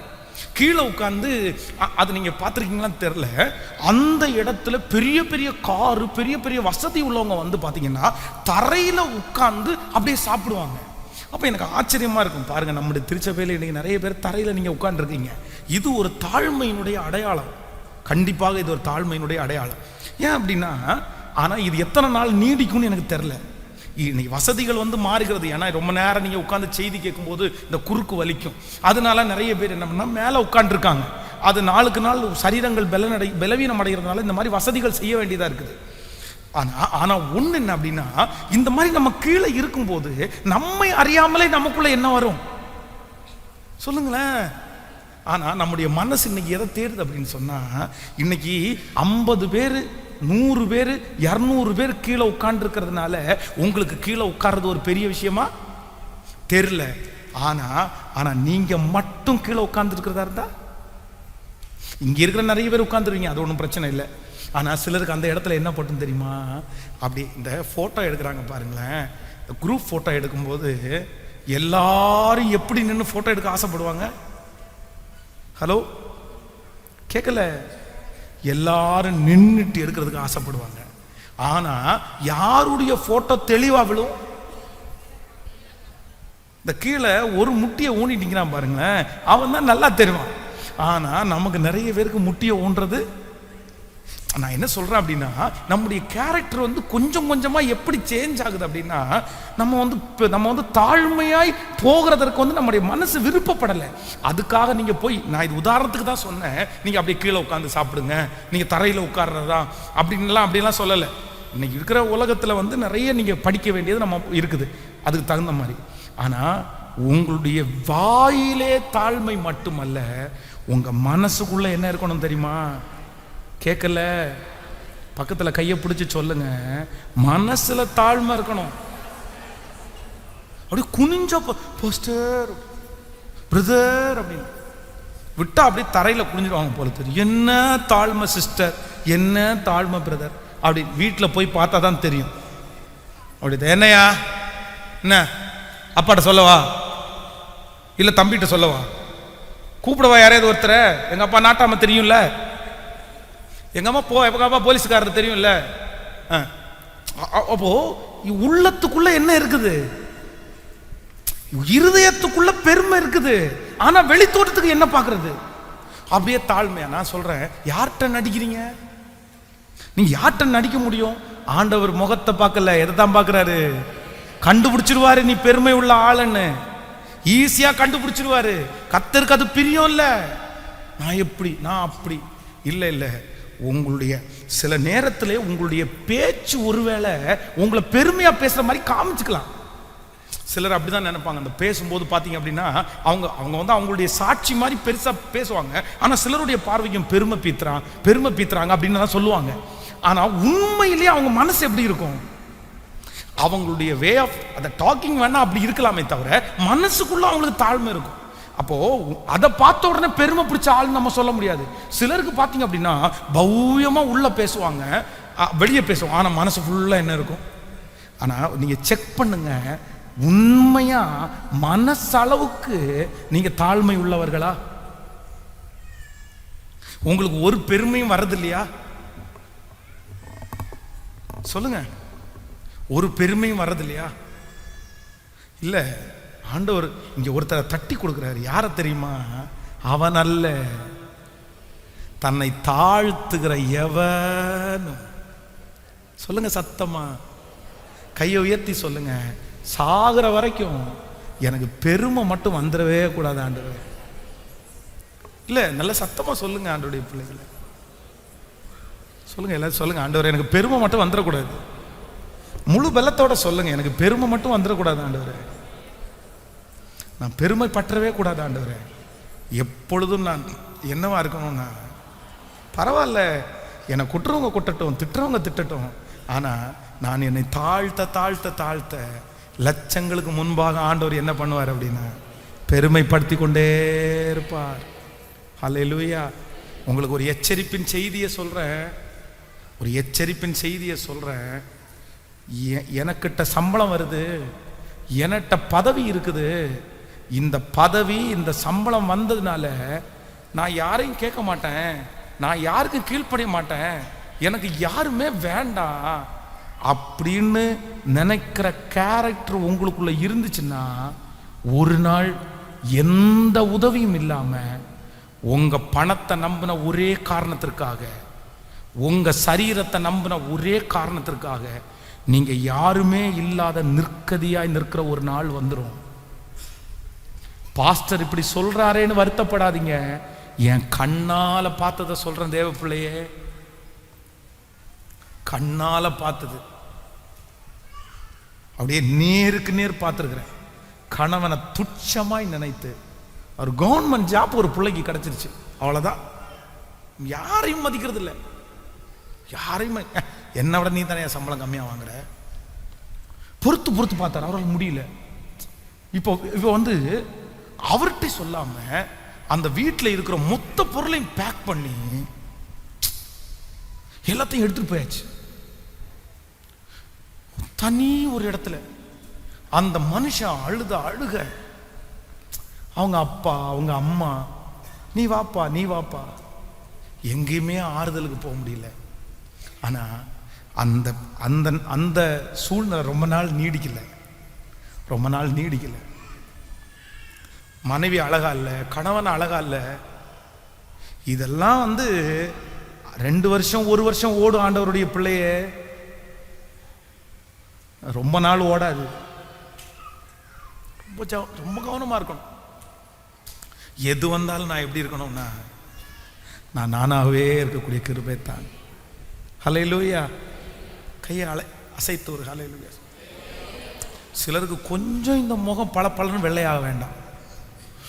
நான் வெள்ளையா இருக்கேன், எனக்காக எல்லாரும் கீவில் வந்து லைனா நிற்கணும். என் பிள்ளை அவன் கேட்டான், என் பிள்ளை இவன் கேட்டான், என் பிள்ளை இவங்க கேட்டாங்க, டாக்டர் கேட்டான், இன்ஜினியர் கேட்டான். கல்யாணம் ஆகி 10 வருஷம் தாண்டி சொல்ற வார்த்தை அப்படிதான். எனக்கு அப்பவே ஒருத்தர் வந்து கேட்டாரு, அவர் இன்னைக்கு பாருங்க, அவர் கேட்டார், எங்க அம்மா கொடுக்க வேணான்னு நினைச்சு இந்த குரங்கு கையில் பிடிச்சி கொடுத்துட்டாங்க. இது என்ன பேச்சு? இவர் பெரிய அழகியாமா இல்லை இவர் பெரிய அழகனாமா? இவங்க ரொம்ப அப்படியே. அப்போ தன்மேல் நம்பிக்கை வந்தது பாருங்களேன். என் அழகுக்கு யார் வேணாலும் வருவாங்க, என் அழகுக்கு யார் வேணாலும் கல்யாணம் பண்ணுவாங்க. இது என்ன பிள்ளை பேச்சு? அப்படி எப்படி அழகு கல்யாணம் பண்ற வாழ்க்கைலாம் சரியா இருக்கும்னு நினைக்கிறேன்? அழகை எத்தனை நாளைக்கு பார்த்தா அதுக்கு தகுந்த மாதிரி வாழ்வாங்கன்னு நினைக்கிறீங்க? அழகெல்லாம் மாயை, ஒரு நாள் போகும், எப்பேற்பட்ட உங்க அழகை பார்த்து உங்களை நேசிக்கிறவங்க வந்து எழுதி வைங்க, 9 மாசம் தான், 9 months தான் டைம். அதுக்கு மேல அவங்களுடைய அன்புல மாற்றம் வரும். உங்க அழகை பார்த்தெல்லாம் வந்து உங்களை நேசிக்கிறவங்க அது நேசமா இருக்காது. அதெல்லாம் விரும்பாதீங்க. அப்படி பெருமை வந்துடவே கூடாது. எப்பொழுதும் நம்ம என்னவா இருக்கணும்னா தாழ்மையா. ஹல்லேலூயா. உள்ள ஆலயத்துக்குள்ள வந்து யாராவது ஒருத்தர், பிரதர் காரை இங்க நிப்பாட்டாதீங்க, இப்ப என்ன பாஸ்டருக்கு ஃபோன் பண்ணவா? பாஸ்டருக்கு ஃபோன் பண்ணுவையா? இல்லை, பாஸ்டருக்கு ஃபோன் பண்ணி சொல்கிறேன். பாஸ்டர் நான் எப்படி தெரியுமா உங்களுக்கு? அவர் கார் வச்சு நான் கார் வச்சு ஒன்று தான் ஐயா போ. அப்படிதான் எல்லாத்துக்கும் சுருன்னு வந்து வருது. இந்த கோபம் எதனால வருது அப்படின்னு சொன்னால், நான் என்னவா நினைக்கிறேன், என்ன பக்கத்தில் கையை பிடிச்சி சொல்லுங்க, மூக்கு மேலே கோபம் வர்றது நான் என்ன பெரிய ஆளா நினைக்கிறதுனால. ஹலோ, அது பரவாயில்ல. உள்ள வந்து யாராவது கொஞ்சம் தள்ளி உட்காருங்க சிஸ்டர்னா ஒரு முறைச்சு பார்க்கறது. பீசாச என்ன தள்ளி உட்கார சொல்றியா? நான் பாஸ்டுக்கு முன்னாடி தான் உட்காருவேன். இந்த இடம் என்னுடையதுன்னு தெரியாதா? நான் இங்கே எத்தனை வருஷமா உட்காந்துருக்கிறேன், உனக்கு தெரியாம வந்து பேசிட்டு இருக்கிற. இன்னும் இந்த இடத்துல பார்த்ததே இல்லையா? பாஸ்டரை என்ன தள்ளி உட்கார சொல்ல, நீ வந்து தள்ளி உட்கார சொல்ற. நீ யாரு? பாஸ்டர் அம்மாவா? என்ன பேச்சு! ஐயோ இசப்பா ஸ்தோத்திரம். இந்த பெருமைக்கு அளவே இல்லாம போச்சு இல்லை? ஆண்டவருடைய பிள்ளைகளே, நமக்கு என்ன வேணும்னு ஆண்டவர் எதிர்பார்க்கிறாருன்னா, நான் அவனை தட்டி கொடுப்பேன். இந்த மனுஷனுக்கு எல்லாமே இருக்குது, அப்படி நல்ல மனுஷன். ஆனா அவனுக்குள்ளேயே தான் நிற்கிறேன் என்று சொல்லுகிற எவனும் விழாதபடிக்கு என்னவா இருக்கணுமாமா? கேட்கல. கடந்த நாட்களில் இந்த கார் ஒன்று வாங்கிடலாம், ஒரு செகண்டாக கார். இந்த கார் கொஞ்சம் ரிப்பேராக இருக்கிறனால அப்படின்னு முடிவு பண்ணோம். அப்போ ஒரு நபர் எனக்கு ஃபோன் பண்ணி, பாஸ்டர் உங்கள் பேர்லேயே ஒரு கார் இருக்குது, செகண்ட்ஸ் ரொம்ப கம்மியாக கிடைக்குது, அதை வாங்கிட்டீங்கன்னா அதில் உட்காந்து போனீங்கன்னா உங்கள் பேரும் ஒன்று காரும் ஒன்று, நல்லா இருக்கும் அப்படின்னாரு. நான் சொன்னேன், பிரதர் உங்களுக்கு நல்லா இருக்கும், வெளியே பார்க்குறவங்களுக்கு அவ்வளோ பெரிய காரில் போகிறது மாதிரி காஸ்ட்லியாக தெரியும், அது நம்ம கம்மியாக வாங்கணும்னு அவங்களுக்கு எப்படி தெரிய போகுது? அவங்களுக்கு தெரியாது, வேண்டாம். ரெண்டாவது அது ரொம்ப எக்ஸ்பென்ஸு, அந்த மந்த்லி அதை ரெடி பண்ணுறது. உடனே அவர் ஒரு ஐடியா சொன்னார், பாஸ்டர் ஒன்றும் பிரச்சனை இல்லை, பின்னாடி இது 2ஆம் தரமாய் வாங்கப்பட்டது அப்படின்னு. ஆனால் ஒரு ஸ்டிக்கர் அடிச்சு ஒட்டிடலாமான்னு கேட்டார். சார் இந்த ஐடியாவும் ரொம்ப நல்லா இருக்கு.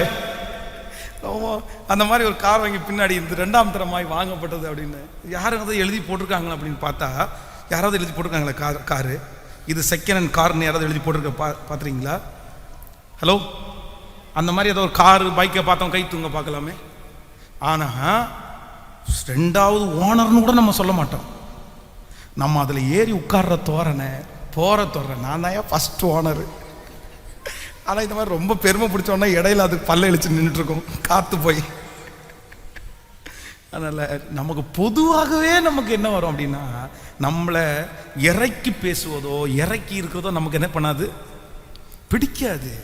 ஆனால் உண்மையிலே ஒரு தேவனுடைய பிள்ளைக்கு அது பிடிக்கணும். அதான் தேவனுக்கு முன்னோடியாய் வந்த யோவான் ஸ்நானகன் என்ன சொல்றாருன்னா, அவர் பெருகவும். சத்தமா சொல்லுங்க. இப்ப நிறைய ஆராதனைல ஆண்டவர் மறைஞ்சிட்டாரு, பாஸ்டர் மட்டும்தான் முன்னாடி தெரிகிறாரு.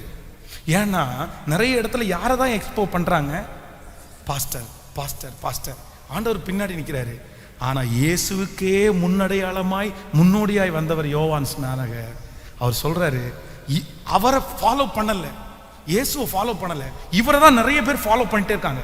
அதுவும் யோவான் ஸ்நானகனை ஃபாலோ பண்ணவங்க எல்லாருமே பார்த்தீங்கன்னா ஹை அஃபீஷியல்ஸ், எல்லாமே பெரிய பெரிய ஆட்கள். அந்த போலீஸ்காரரு, சமுதாயத்தில் மேலே இருக்கிறவங்க, படித்தவங்க, இவங்க எல்லாம் எங்கே போயிட்டாங்கன்னா வனாந்தரத்துக்கே போயிட்டாங்க. அப்படி ஃபாலோ பண்ணுறாங்க. ஆனால் இந்த யோவான் ஸ்நானகன் அவங்கள பார்த்து என்ன சொல்றாரு தெரியுமா? என்னிலும் வல்லவர் ஒருவர் வருகிறார், என்னிலும் வல்லவர் ஒருவர் வருகிறார். நீங்க என்னிடத்துல பார்த்து ரொம்ப சந்தோஷப்படுறீங்க. அவருடைய பாதரையட்சியின் வாரையாயிலும் அவிழ்க்கிறதுக்கு அவர் வந்து ஞானஸ்தானத்துக்கு முன்னாடி நிற்காண்டு இருக்கும்போது, ஆண்டவரே என்ன ஆண்டவரே இப்படி சோதிக்கிறீங்க, நீங்கள் போய் எங்கிட்ட ஞானஸ்தானம் எடுக்கலாமா? நம்மளா இருந்தால் என்ன தெரியுமா, ஒரு கேமராவை செட் பண்ணிட்டு கரெக்டாக ஃபோட்டோ எடுறா, இதாண்டா நமக்கு வெயிட்டு.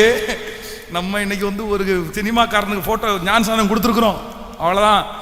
அப்படி நினச்சி பாருங்களேன், பாஸ்டர் பென்ஸ் ரஜினி ஞானஸ்தானம் பெற்றுக்கொண்டார் அப்படின்னா உங்களுக்கு என்னவா இருக்கணும்? பாஸ்டர்ட்டா அவரே ஞானஸ்தானம் எடுத்துக்காருப்பா, நம்ம அப்படி யோசிப்போம்ல. அவர் அன்னைக்கு அப்படிதான் பண்ணியிருக்கலாம். ஆனால் இல்லை, எல்லாருக்கும் முன்பாக வைத்து உங்களால் நான் ஞான ஸ்நானம் பெற்றுக்கொள்ள வேண்டியதாக இருக்கும்போது எங்கிட்ட நீங்கள் எப்படி ஆண்டவரே?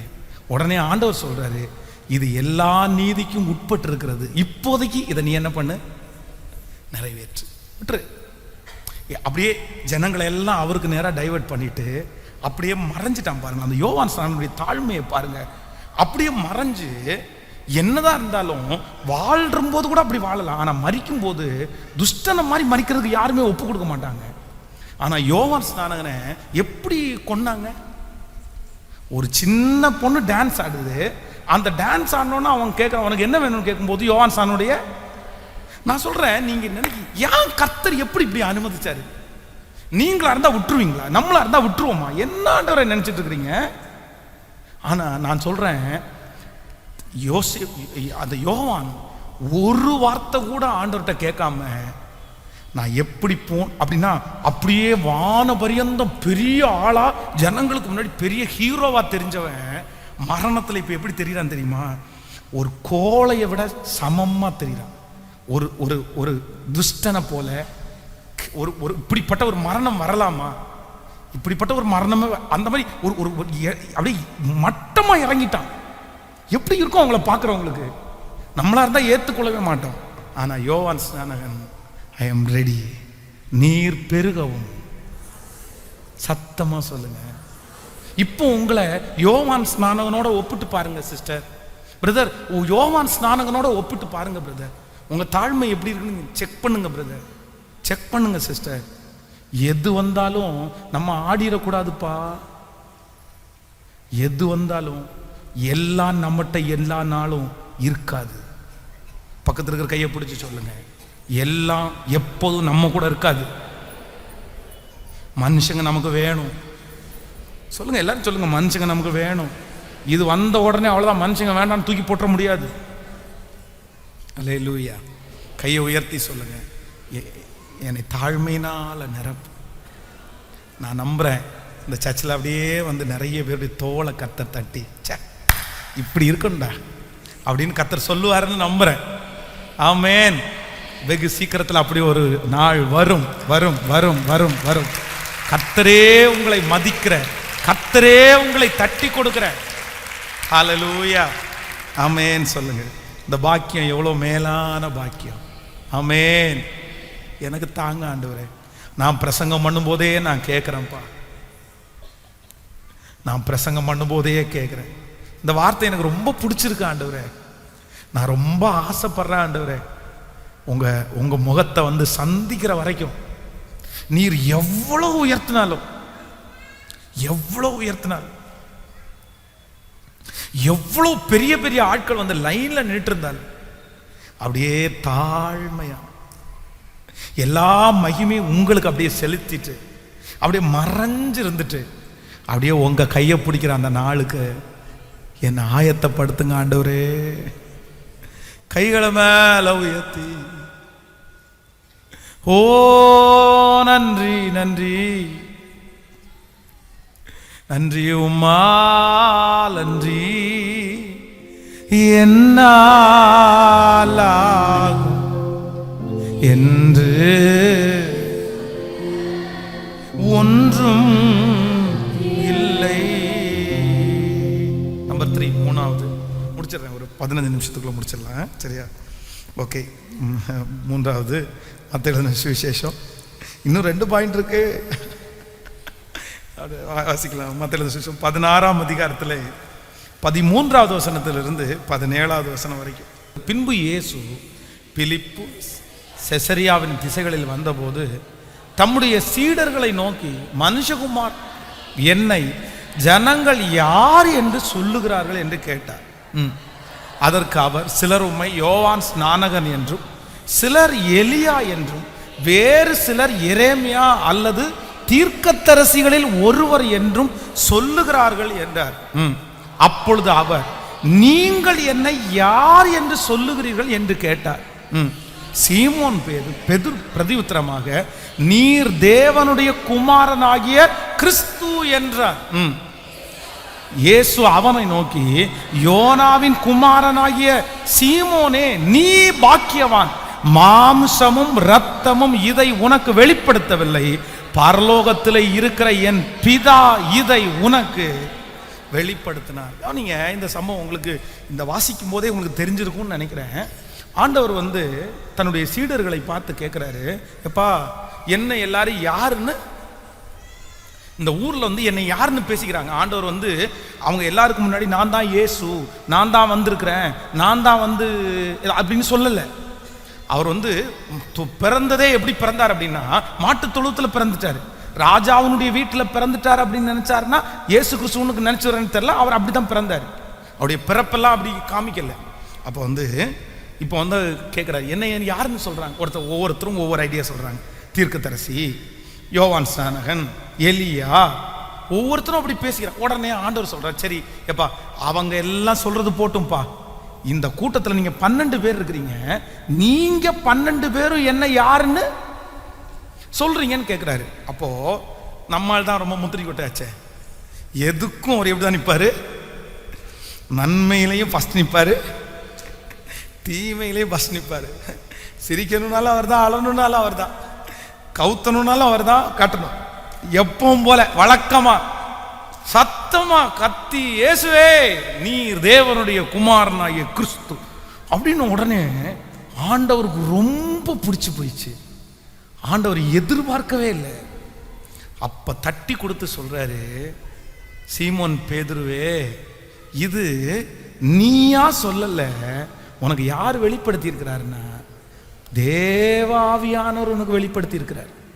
அப்போ உன் கூட இப்பவே ஆவியானவர் பேச ஆரம்பிச்சாரு, தட்டி கொடுக்கிறாரு.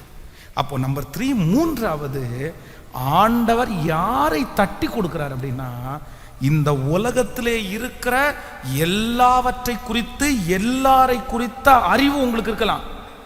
அந்த அறிவுள்ளவங்களை இந்த உலகம் தட்டி கொடுக்கும்.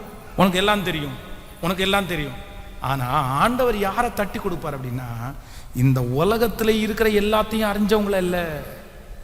யார் அறியணும் சொல்லுங்க, பக்கத்தில் இருக்கிற கையை பிடிச்சி சொல்லுங்க, கர்த்தரை நீ அறியணும்.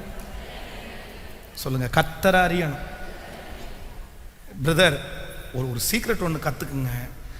ஆண்டவரை பற்றி தெளிவாய் அறிந்த ஒரு மனுஷனுக்கு இந்த உலகத்தில் இருக்கிற எல்லா அறிவும் அவனை தேடி வரும். நான் 100% சொல்றேன். அது அந்த பாட்டு பாடும்போது கூட பெர்க்மன் சார் ரொம்ப அழகா பாடுவாரு, இன்னும் உம்மை அறியணுமே, இன்னும் உம்மை அறியணுமே, இன்னும் கிட்டி சேரணுமே, இன்னும் கிட்டி சேரணுமே. ஆமென். மனுஷங்களை குறித்து எனக்கு அறிகிற அறிவே இல்லை பாஸ்டர், எல்லாரும் என்னை ஏமாத்துறாங்க பாஸ்டர், எல்லாரும் என்னை எள்ளி நகையாடுறாங்க பாஸ்டர் அப்படின்ற கேரக்டர் உங்களுக்கு இருக்கா? நீங்க ஆண்டவரை ரொம்ப நல்லா அறிஞ்சிருங்க. ஆண்டவரை அறிஞ்ச ஒரு மனுஷனுக்கு மனுஷங்க யாருன்றத கர்த்தரே சொல்லி கொடுப்பாரு. ஏன்னா மனுஷங்களை உருவாக்குனவர் கர்த்தர், மனுஷன் இந்த உலகத்துல வைத்திருக்கிறவர் கர்த்தர். ஹல்லேலூயா.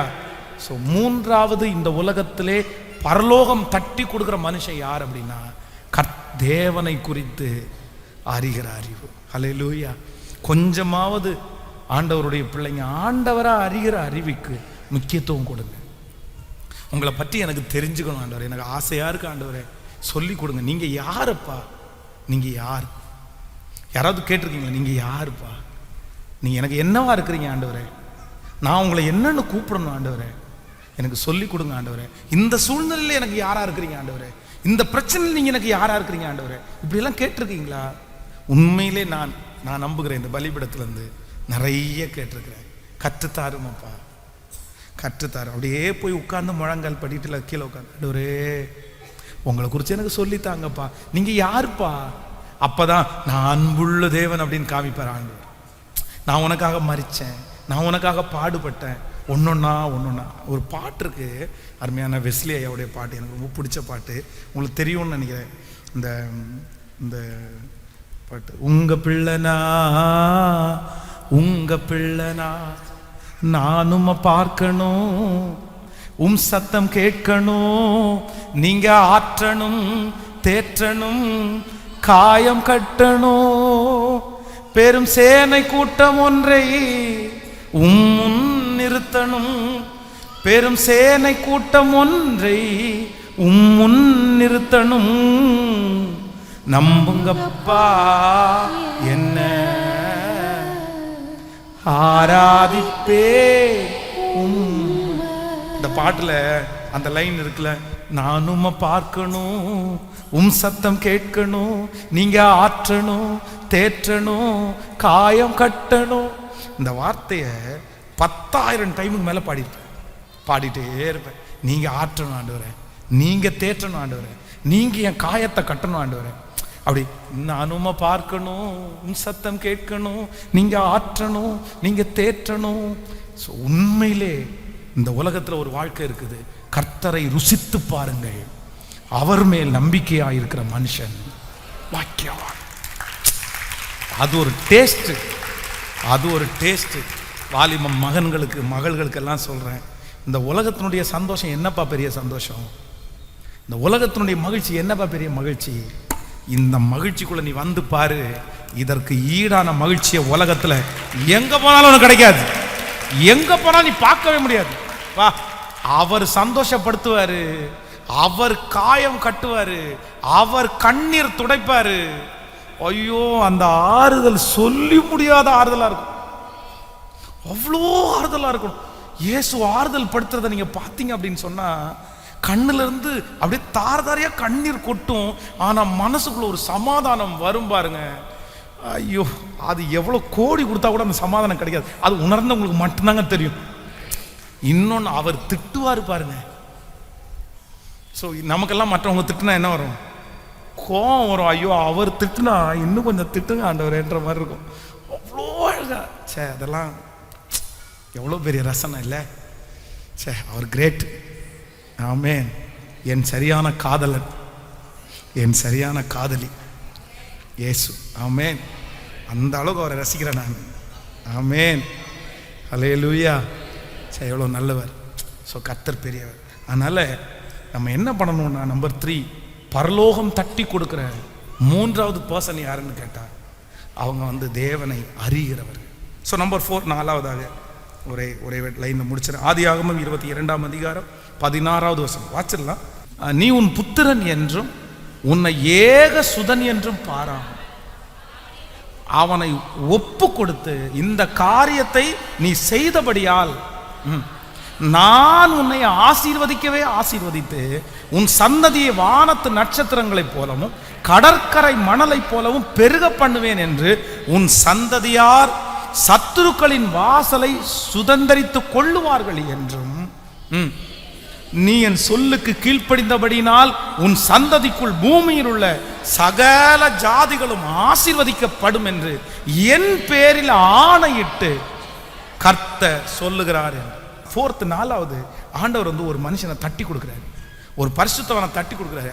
சூப்பரா அப்படின்றாரு. யார் அப்படின்னா, எனக்கு ரொம்ப ஆச்சரியமா இருக்குது. தன்னுடைய பிள்ளை என்ன பண்றாரு அப்படின்னா, அப்படியே பலிபீடத்துல கடத்தி கத்திய அப்படியே தூக்கும் போது, டேய் நிறுத்து, நீ என் சொல்லுக்கு கீழ்ப்படிந்தபடியா அப்படின்னு சொல்லிட்டு லிஸ்ட அடிக்கிட்டே போறாரு.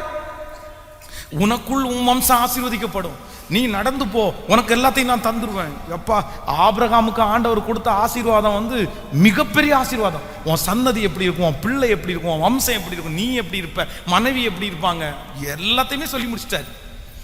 அவ்வளோ சந்தோஷம் ஆண்டவருக்கு. அவனை பார்த்த உடனே அவருக்கு ரொம்ப பிடிச்சி போச்சு. என்னன்னு நான் நம்பிக்கிறேன், அவருக்கு என்னன்னு சொல்லவே தெரியல. ஆண்டவருக்கு என்னன்னே சொல்லி தெரியாம அவன் தோளை தட்டி கொடுத்து, நான் இதை உன்கிட்ட எதிர்பார்க்கவே இல்லடான்னு சொல்லிட்டு ஆசீர்வாதத்தை அப்படியே அள்ளி இறக்கிறார். போடா வச்சுக்கடா அப்படின்ற மாதிரி இருக்கு பாருங்களேன். அப்ப அந்த அளவுக்கு அவருடைய இருதயத்தை குளிர பண்ணது என்ன அப்படின்னு சொன்னா, நீ உன் புத்திரன் என்றும் உன் ஏக சுதன் என்றும். அப்படின்னா எனக்கு பிடிச்சிருக்குது.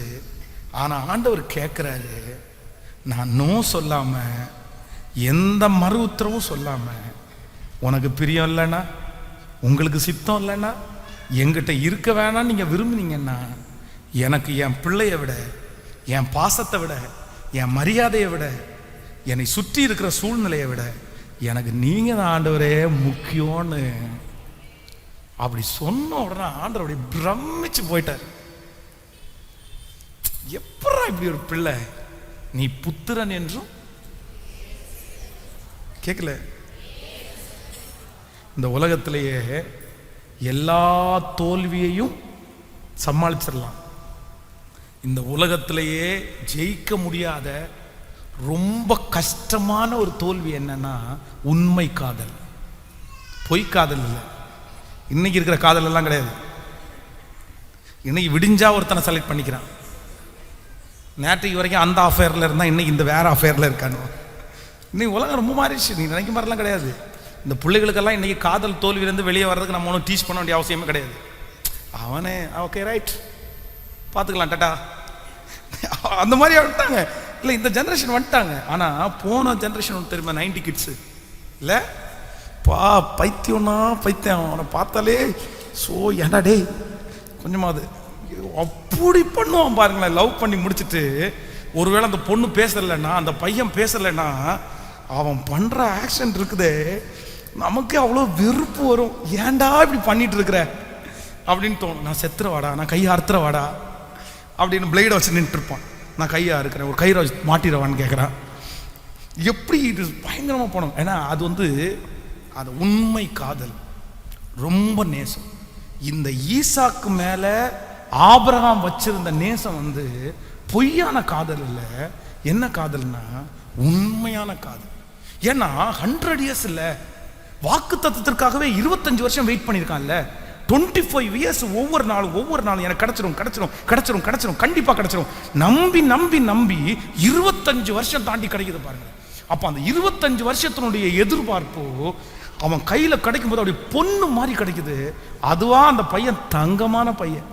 நமக்கு பெத்தா அந்த மாதிரி ஒரு பிள்ளைய பிறக்கணும். என்ன பையன் சார், அவங்க அப்பா தலைக்கு மேல எடுத்து வச்சுன்னா சரிங்கப்பா வாடா வாப்பா படுத்த கையை கட்டும்போது அதான் வாய் தரவாத ஆட்டை போல படுத்து கிடக்குறான் பாருங்க. இயேசு கிறிஸ்துக்கு முன்னடையாளமா அது பேசப்படுது. அப்படியே எப்படி இருக்கு. நம்ம வாலிய பசங்களா விடுவாங்களா, டே களவா கொன்றும் நான் சொல்ல மாட்டாங்க. இன்னைக்கு நம்ம குமரனா இருக்கிறோம். ஆனா அவரு அன்னைக்கு 100 வயசுன்னு போது கலவன் தானே அவரு. விடுவாங்க நம்ம பசங்க சும்மா. இன்னைக்கு முடி நரைச்சாலே டேடி என்ன கொஞ்சம் நரைச்சிருச்சு உங்களுக்கு, வயசாயிட்டீங்க போல அப்படின்றானுவான். இல்லை 2 முடி நரைக்க வேண்டிய அதுக்குள்ள சொல்றானுவான், போச்சு போல டேடி முடிஞ்சிச்சு இனி நாங்க தான் டேடி அப்படின்றானுவான். அப்போ விட்டா வச்சிருப்பானுவான். அவ்வளோ என்ன கிழமை இப்படி என்ன பண்றான், நான் விட மாட்டேன் விடுற ஒன்ன கட்டி இப்போ பலி செலுத்துறான் பாரு. நான் இயேசுக்கு பலி செலுத்துறமா என்ன நீ தான் வேண்டிய போக வேண்டிய வயசாயிடுச்சு என்னென்ன யோசிப்போம். ஆனா அப்படி நல்ல பிள்ளை. ஆனா எப்படி இருக்கும் அந்த பாசம், எப்படி இருக்கும். ஏத்து பேசாத ஒரு பிள்ளை, கீழ்ப்படிதல் உள்ள பிள்ளை, 25 வருஷம் வெயிட் பண்ணி கிடைச்ச பிள்ளை, ஆசையாய் இதுவரைக்கும் யாரையும் இப்படி நேசிச்சதில்லை. தன்னுடைய ஃபர்ஸ்ட் பெரிய லவ் உன் புத்திரன், உன் ஏக சுதன். அந்த ஏக சுதன் என்கிற அந்த வார்த்தையை நீங்க போய் போட்டு பார்த்தீங்கன்னா அதுக்கு நிறைய அர்த்தம் வருது. அந்த அர்த்தம் எல்லாம் பார்த்தீங்க அப்படின்னா ஒரு உண்மையான காதலனுக்கு இருக்கிற அந்த அர்த்தம் அவ்வளோ லவ். ஆண்டவர் கேட்குறாரு, கொண்டு வந்து செலுத்துறியா அப்படின்ன உடனே சரியாண்டவரே உங்களுக்காக விடுற ஆண்டவரே, உங்களுக்கு சித்தம் இல்லைன்னா பரவாயில்ல அப்படின்னு தன்னுடைய மனைவியிட்ட சொன்னால் அவங்க தடுத்துருவாங்களோன்னு சொல்லி, நம்மளா இருந்தால் இப்படி ஒரு குறுக்கு புத்தியை யோசிச்சிருப்போம். போய் எதுக்கு சாராள்கிட்ட சொல்லிடுவோம், சாராள் இயேசு சுமாரி நின்ட்டாருன்னா அழகாக நம்ம தப்பிச்சிடலாம். ஆண்டவரே நான் கண்ணு தான் நினச்சேன், இதை பாருங்க இது குறுக்க நிற்குது, அதை உயிரை எடுத்துட்டு வேணா நமக்கு அந்த பிளான் போயிருக்குமா போயிருக்காதா? கண்டிப்பாக யோசிப்பீங்க நீங்கள் எல்லாம். நானே யோசிச்சிருப்பேன். இந்த மாதிரி ஒரு பிளான் போட்டு அழகாக தப்பிச்சிடலாம் அப்படின்னு. ஆனால் அந்த எண்ணம் கூட வராமல், இல்லை அவள்கிட்ட சொன்னால் ஒருவேளை தடுத்து நிறுத்திடுவாளோன்னு நினச்சி சாராள் அம்மாட்ட கூட சொல்லாமல், இயேசு சொல்லிட்டார்ல, ஆண்டவர் சொல்லிட்டார்ல, நான் இழக்கிறதுக்கு ரெடின்னு சொல்லி அப்படியே போய் பலிபீடத்தில் கிடக்கும்போது தான் என் ஆண்டவருக்கு ரொம்ப பிரியம் வருது. அப்படியே வாக்கு தத்தத்தையா அள்ளி விதைக்கிறாரு. உனக்கு பிடிச்சதை விட்ட இல்லடா, உனக்கு இஷ்டமானதை விட்டுட்ட இல்லடா, நீ உத்தமன் என்று நான் அறிந்திருக்கிறேன்.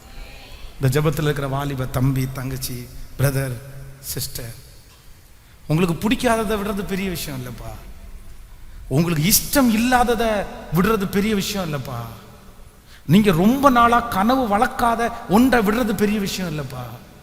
ஆனா அவ்வளவு கனவை வளர்த்து அவ்வளோ ஆசையா முழுக்க முழுக்க அதையே நம்பி நம்பி நம்பி இது எனக்கு வேணும், இது எனக்கு கத்த தரணும்னு அதுக்காக திட்டம் போட்டு அழகா அதற்கான காரியத்தை எல்லாம் உண்டு பண்ணி, இதுதான் என் ஃபியூச்சர், இதுதான் என் வாழ்க்கை, இதுதான் என் வெற்றின்னு ஆயிரக்கணக்கான சிந்தையை உள்ள வச்சுட்டு, அதான் ஆண்டவர் வேண்டாம், இது எனக்கு சித்தம் இல்லை, நீ எனக்கு பிடிக்கல, எனக்கு நீ ஸ்பெஷலான பிள்ளைன்னு சொல்லும் போது அதை விடக்கூடிய தைரியம் மட்டும் உனக்கு இருந்துச்சுன்னா, பரலோகத்தின் தேவனாகிய கர்த்தர் தோளை தட்டி, இதாண்டா எனக்கு வேணும், இது போதும்டா. இன்னைக்கு யார் இருக்கீங்க?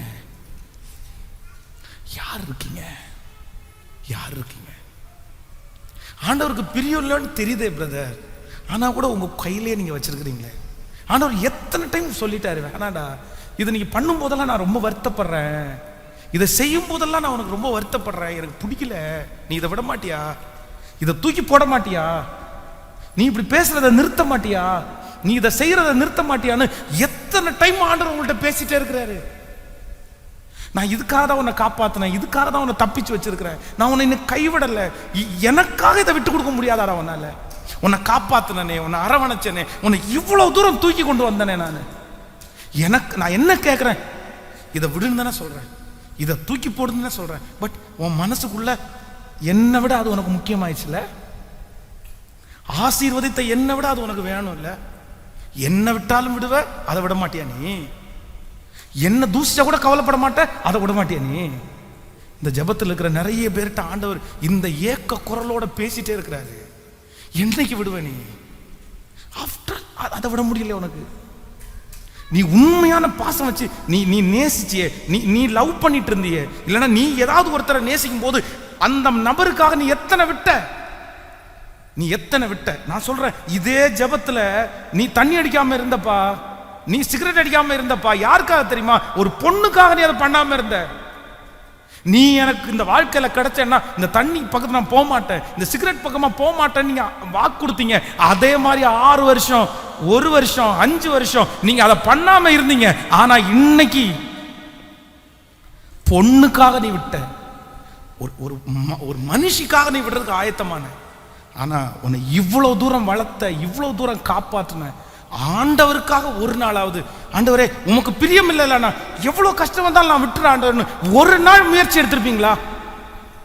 ஒரு நாள் முயற்சி, அந்த பொண்ணுக்காக எத்தனை தெருவா அலைஞ்சிருப்பீங்க, அந்த பையனுக்காக எத்தனை தெருவா அலைஞ்சிருப்பீங்க.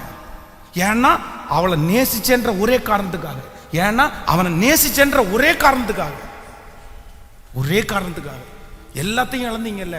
எவன் திட்டினாலும் பரவாயில்லன்னு நீங்கல்ல, உங்க அப்பாவை ஏத்தீங்க, அம்மாவை ஏத்தீங்க, ஊரை ஏத்தீங்க, சொந்தக்காரங்களை ஏத்தீங்க, ஏன் சபையே ஏத்தீங்க. உங்க கையில கொடுக்கப்பட்டிருக்கிற பொறுப்பை அப்படி துச்சமா நினைச்சு வேணான்னு படிப்பை உதறி போட்டீங்க. உங்களுடைய எதிர்கால ஃபியூச்சரை எழுதி எல்லாத்தையுமே ஒரு பொண்ணுக்காக, ஒரு பையனுக்காக, ஒரு நேசத்துக்காக தூக்கி போட்டியே.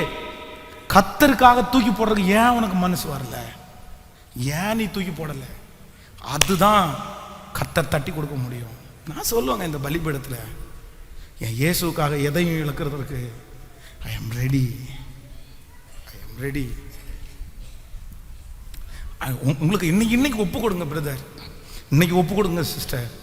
உங்களுக்கு பிரியம் இல்லை ஆண்டவரே, எனக்கு வேண்டாம் ஆண்டவரே, நான் விட்டுறேன் ஆண்டவரே, நான் தூக்கி போட்டுறேன் ஆண்டவரே, நீங்கள் என்னை இது வரைக்கும் கைவிடல. இல்லை, உங்களுக்கு இஷ்டம் இல்லாதது எனக்கு எதுக்குப்பா, எனக்கு பலன் தாங்க, நான் அதுக்காக ஏதாவது முயற்சி எடுக்கிறேன், அதுக்காக ட்ரை பண்ணுறேன். நீங்கள் ஒரு தீர்மானம் எடுங்க, நான் நம்புகிறேன் பரலோகம் கண்டிப்பாக உங்களை என்ன பண்ணும் அப்படின்னு சொன்னேன். அங்கீகரிக்கும். சிஸ்டர், ஆண்டவருக்கு பிடிக்கல, அந்த நாடகம் பார்க்கறது பிடிக்கலன்னு எத்தனை டைம் உங்கள்கிட்ட எச்சரிச்சிட்டாரு. இந்த ப்ரோக்ராம் பார்க்கறது உனக்கு பிடிக்கலன்னு எத்தனை டைம் எச்சரிச்சிட்டாரு. இந்த ப்ரோக்ராம்ஸ் என்னைக்கு இதை பார்க்க ஆரம்பிச்சியோ அன்னையிலிருந்து உன் ஜெபம் போச்சு, வேதவசனம் போச்சு, உன் கீழ்ப்படிதல் போச்சு, நீயாவே இல்லை. எத்தனை டைம் ஆண்டவர் உங்கள்கிட்ட சொல்றாரு. ஆனா ஆஃப்டர் இந்த ப்ரோக்ராம் கூட உங்களால விட முடியலையே. சொல்லுங்க, தூக்கி போட முடியலையே.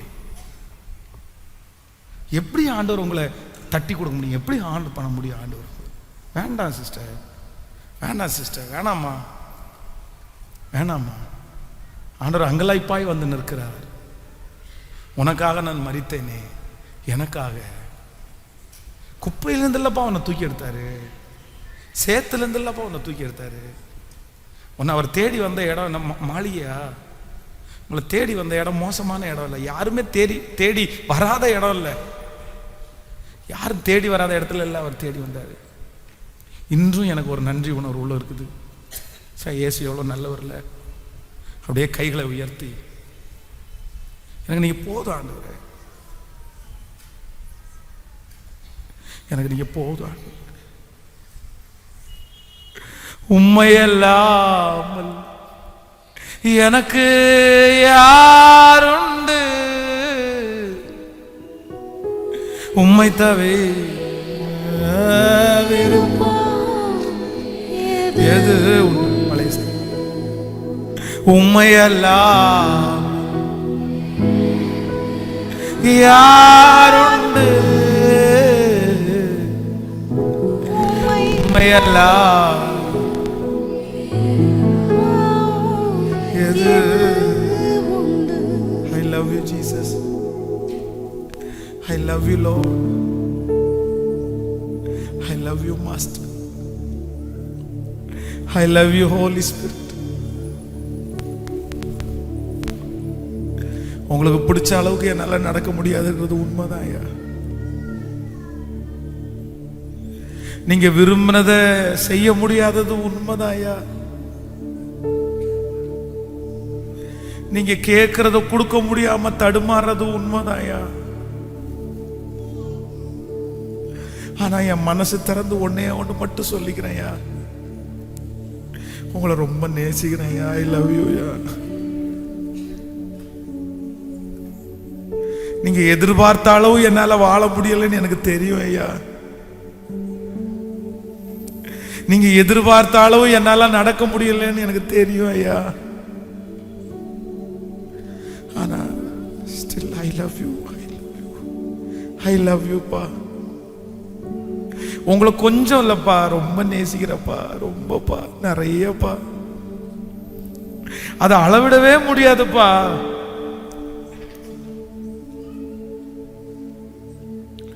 அளவிடவே முடியாதுப்பா.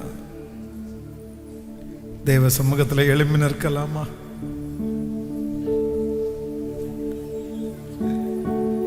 ஹல்லேலூயா. வாலிப தம்பி தங்கச்சி, இதுக்கு மேல ஆண்டவர் உங்ககிட்ட எப்படிப்பா டெலிபரேட்டா பேசுவாரு? என் ஆசை, என் விருப்பம் எல்லாம் என் சமூகத்தில் வச்சுட்டு, ஓ ஹல்லேலூயா, உம்மையெல்லாம் எனக்கு யாருண்டு, உம்மை தவிர விருப்பம் எது உண்டு, உம்மையெல்லாம் எனக்கு யாருண்டு,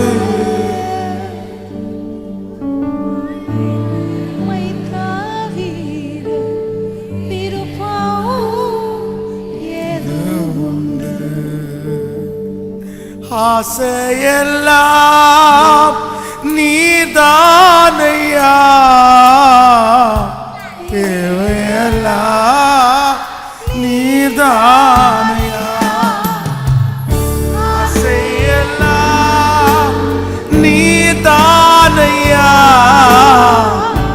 தேவையெல்லாம்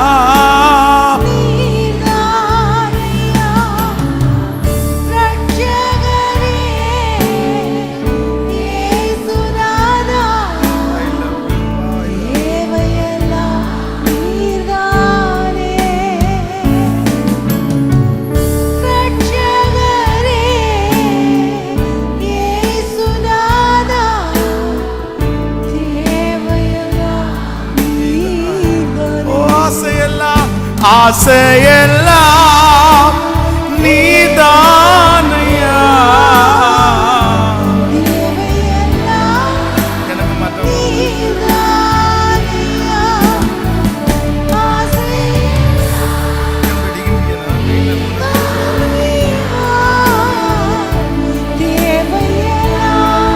நான் பண்றது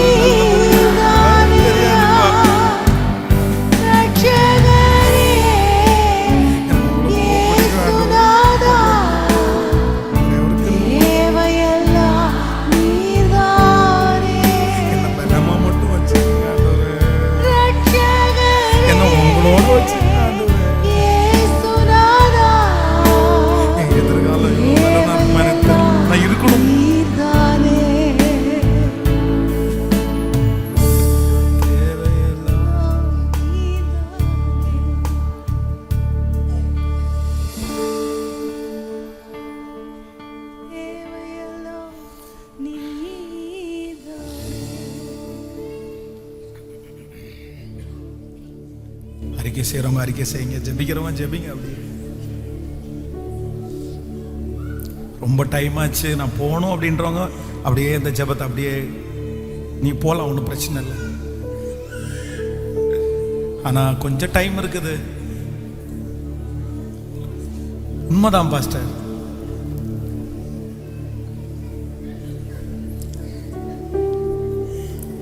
ஏசப்பாவுக்கு பிடிக்காதது நிறைய என்கிட்ட இருக்குது. அது எனக்கு ரொம்ப பிடிச்சிருந்துச்சு. ஆனால் அது ஏசப்பாவுக்கு பிடிக்கலன்னு தெரிஞ்சதுக்கு அப்புறம் கூட நான் என் கூடையே தான் வச்சிருக்கிறேன் அப்படின்னு சொல்றதை தயவுசெய்து இன்னைக்கு கல்வாரி சிலுவையில் ஒப்பு கொடுத்து இந்த 40 days நிறைய பேர் ப்ரேயர் பண்ணிட்டே இருக்காங்க. இந்த சிலுவையினுடைய நிழல் உங்களை எல்லாரையும் வந்து ஆளுகை செய்யட்டும். உங்களை விட நான் ரொம்ப டயர்டாக தான் இருக்கிறேன். அதே இன்னி ஈவினிங் மீட்டிங் இருக்குது, எனக்கு தெரியும், ப்ரிப்பரேஷன் இருக்குது. ஆனால் பட் ஆண்டவருடைய ஒரு பெரிய வல்லமையை நான் இந்த இடத்துல உணர்றேன். அவருடைய ஒரு பெரிய அன்பை நான் இந்த இடத்துல உணர்றேன். என்னமோ ஆண்டவர் நிறைய பேரை ஏக்கத்தோட பார்க்குற மாதிரி நான் ஃபீல் பண்ணுறேன். நிறைய பேரை ஆண்டவருடைய பாவமாக பார்க்குற மாதிரி ஃபீல் பண்ணுறேன். ஏன்டா அப்படி செய்கிற? அதான் எப்ராஹிமே, நீ என்னை விட்டு போறதுக்கு என்னிடத்துல நீ என்ன அநியாயத்தை கண்டாய்? அந்த ஒரே ஒரு நான் உனக்கு என்னப்பா குறை வச்சேன்? நான் உனக்கு என்ன குறை வச்சேன்? வாலிப தங்கச்சி, போதும்பா. உன்னை இன்னைக்கு ஸ்பெஷலா ஆண்டவர் இந்த இடத்துல கூட்டிட்டு வந்திருக்கிறாரு. வாலிப தம்பி, ஆண்டவர் நீ உன்னை நேருக்கு நேர் கத்தர் என்கவுண்டர் பண்றாரு. அதுக்காக தான் இந்த இடத்துல உன்னை கொண்டு வந்திருக்கிறாரு. நீ ஒரு வார்த்தை, நீ வேலையை விட வேண்டாம், நீ படிப்பை விட வேண்டாம். நீ வேலையை விடட்டுமா படிப்பை விடட்டுமான்னு நினைக்கிற? ஏன் அதை விட்டுட்டு வாழாம இருக்கிறதுக்கா? அதை விட்டுட்டு சாப்பிடாம இருக்கிறதுக்கா? அதெல்லாம் கேட்கல. உங்ககிட்ட ஆண்டவர் விட சொல்றதே வேற. அவனுக்கு தெரியும். நிறைய பேர் வெளியில எடுக்கிற தீர்மானம் தான் பெரிய தீர்மானம் நினைச்சிருக்காங்க. நான் ஆண்டவருக்காக வேலையை விட்டேன், நான் ஆண்டவருக்காக குடும்பத்தை விட்டேன், நான் ஆண்டவருக்காக அப்படி விட்டேன் இப்படி விட்டேன். இதெல்லாம் வேணாம்ப்பா. பர்சனலா ஆண்டவருக்கு உங்களுக்கு மட்டும் தெரியும் இல்ல அந்த வாழ்க்கை. ஆண்டவர் அதை மட்டும்தான் கேட்கிறாரு. நீ ரெடியா? இதெல்லாம் எனக்காக விட்டுட்டு அதை விடலைன்னா என்னடா பிரயோஜனம்? சொல்லுங்க சகோதரி, நீ ஏன் கோவப்படுற? நீ கோவத்தை விட மாட்டியா? ஆண்டவர் கேட்கிற வார்த்தை நீ என்ன பதில் சொல்லுவீங்க? உங்களுக்கு பிரியம் இல்லாத எனக்கு வேணாம் ஆண்டவரே, எனக்கு வேணாம் ஆண்டவரே, எனக்கு வேண்டாம். ஒரு விசை கூட இந்த வரிகளை சொல்லிட்டு நன்றி ஆண்டவரே, இதய கண்மலை நீர்தானையா, உரிய பங்கோ நீர்தானையா. எத்தனை பேர் வேணாலும் பேச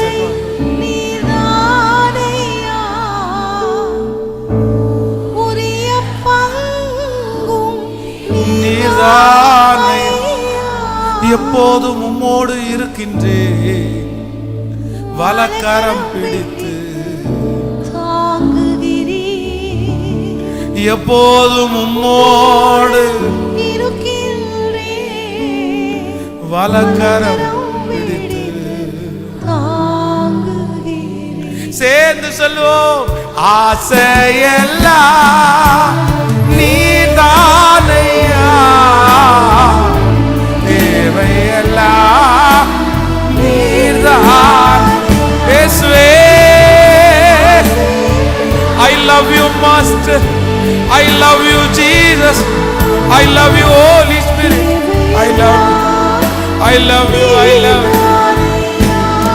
Oh ரட்சகரே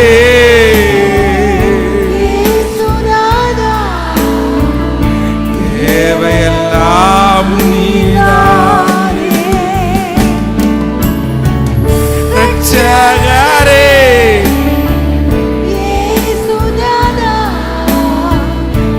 தேவையெல்லாம்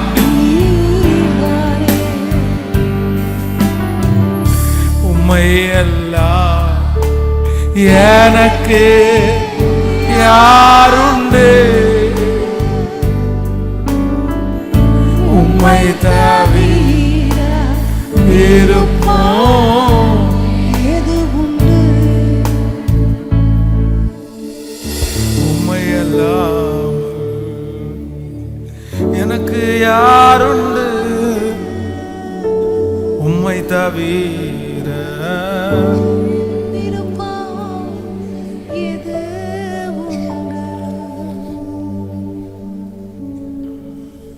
கோடி நன்றி.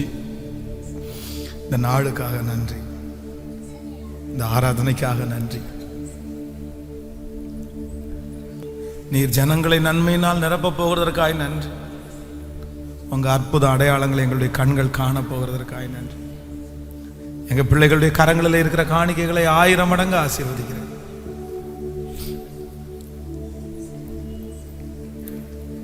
உங்க பிள்ளைங்க தசம பாகத்துல உண்மையா இருக்கிறவங்களை நீங்க பாக்குறீங்க.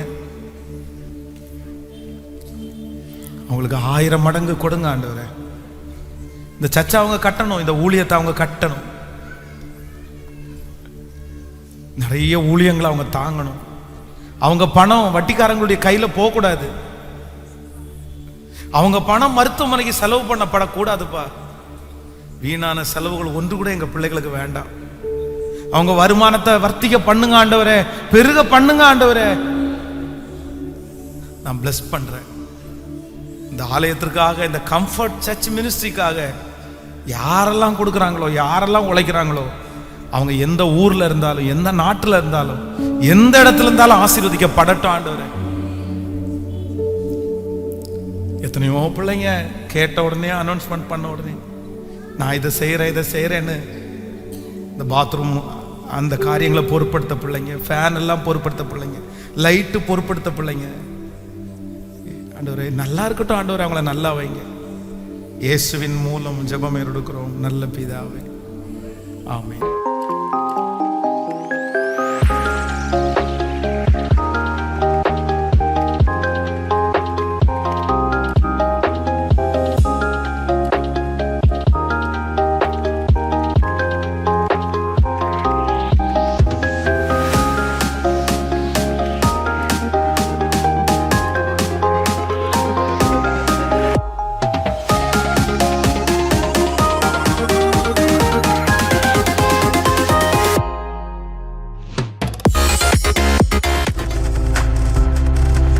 நீங்கள் பார்த்துக் கொண்டிருப்பது உங்கள் ஜாய் டிவி. உங்கள் துக்கம் சந்தோஷமாய் மாறும்.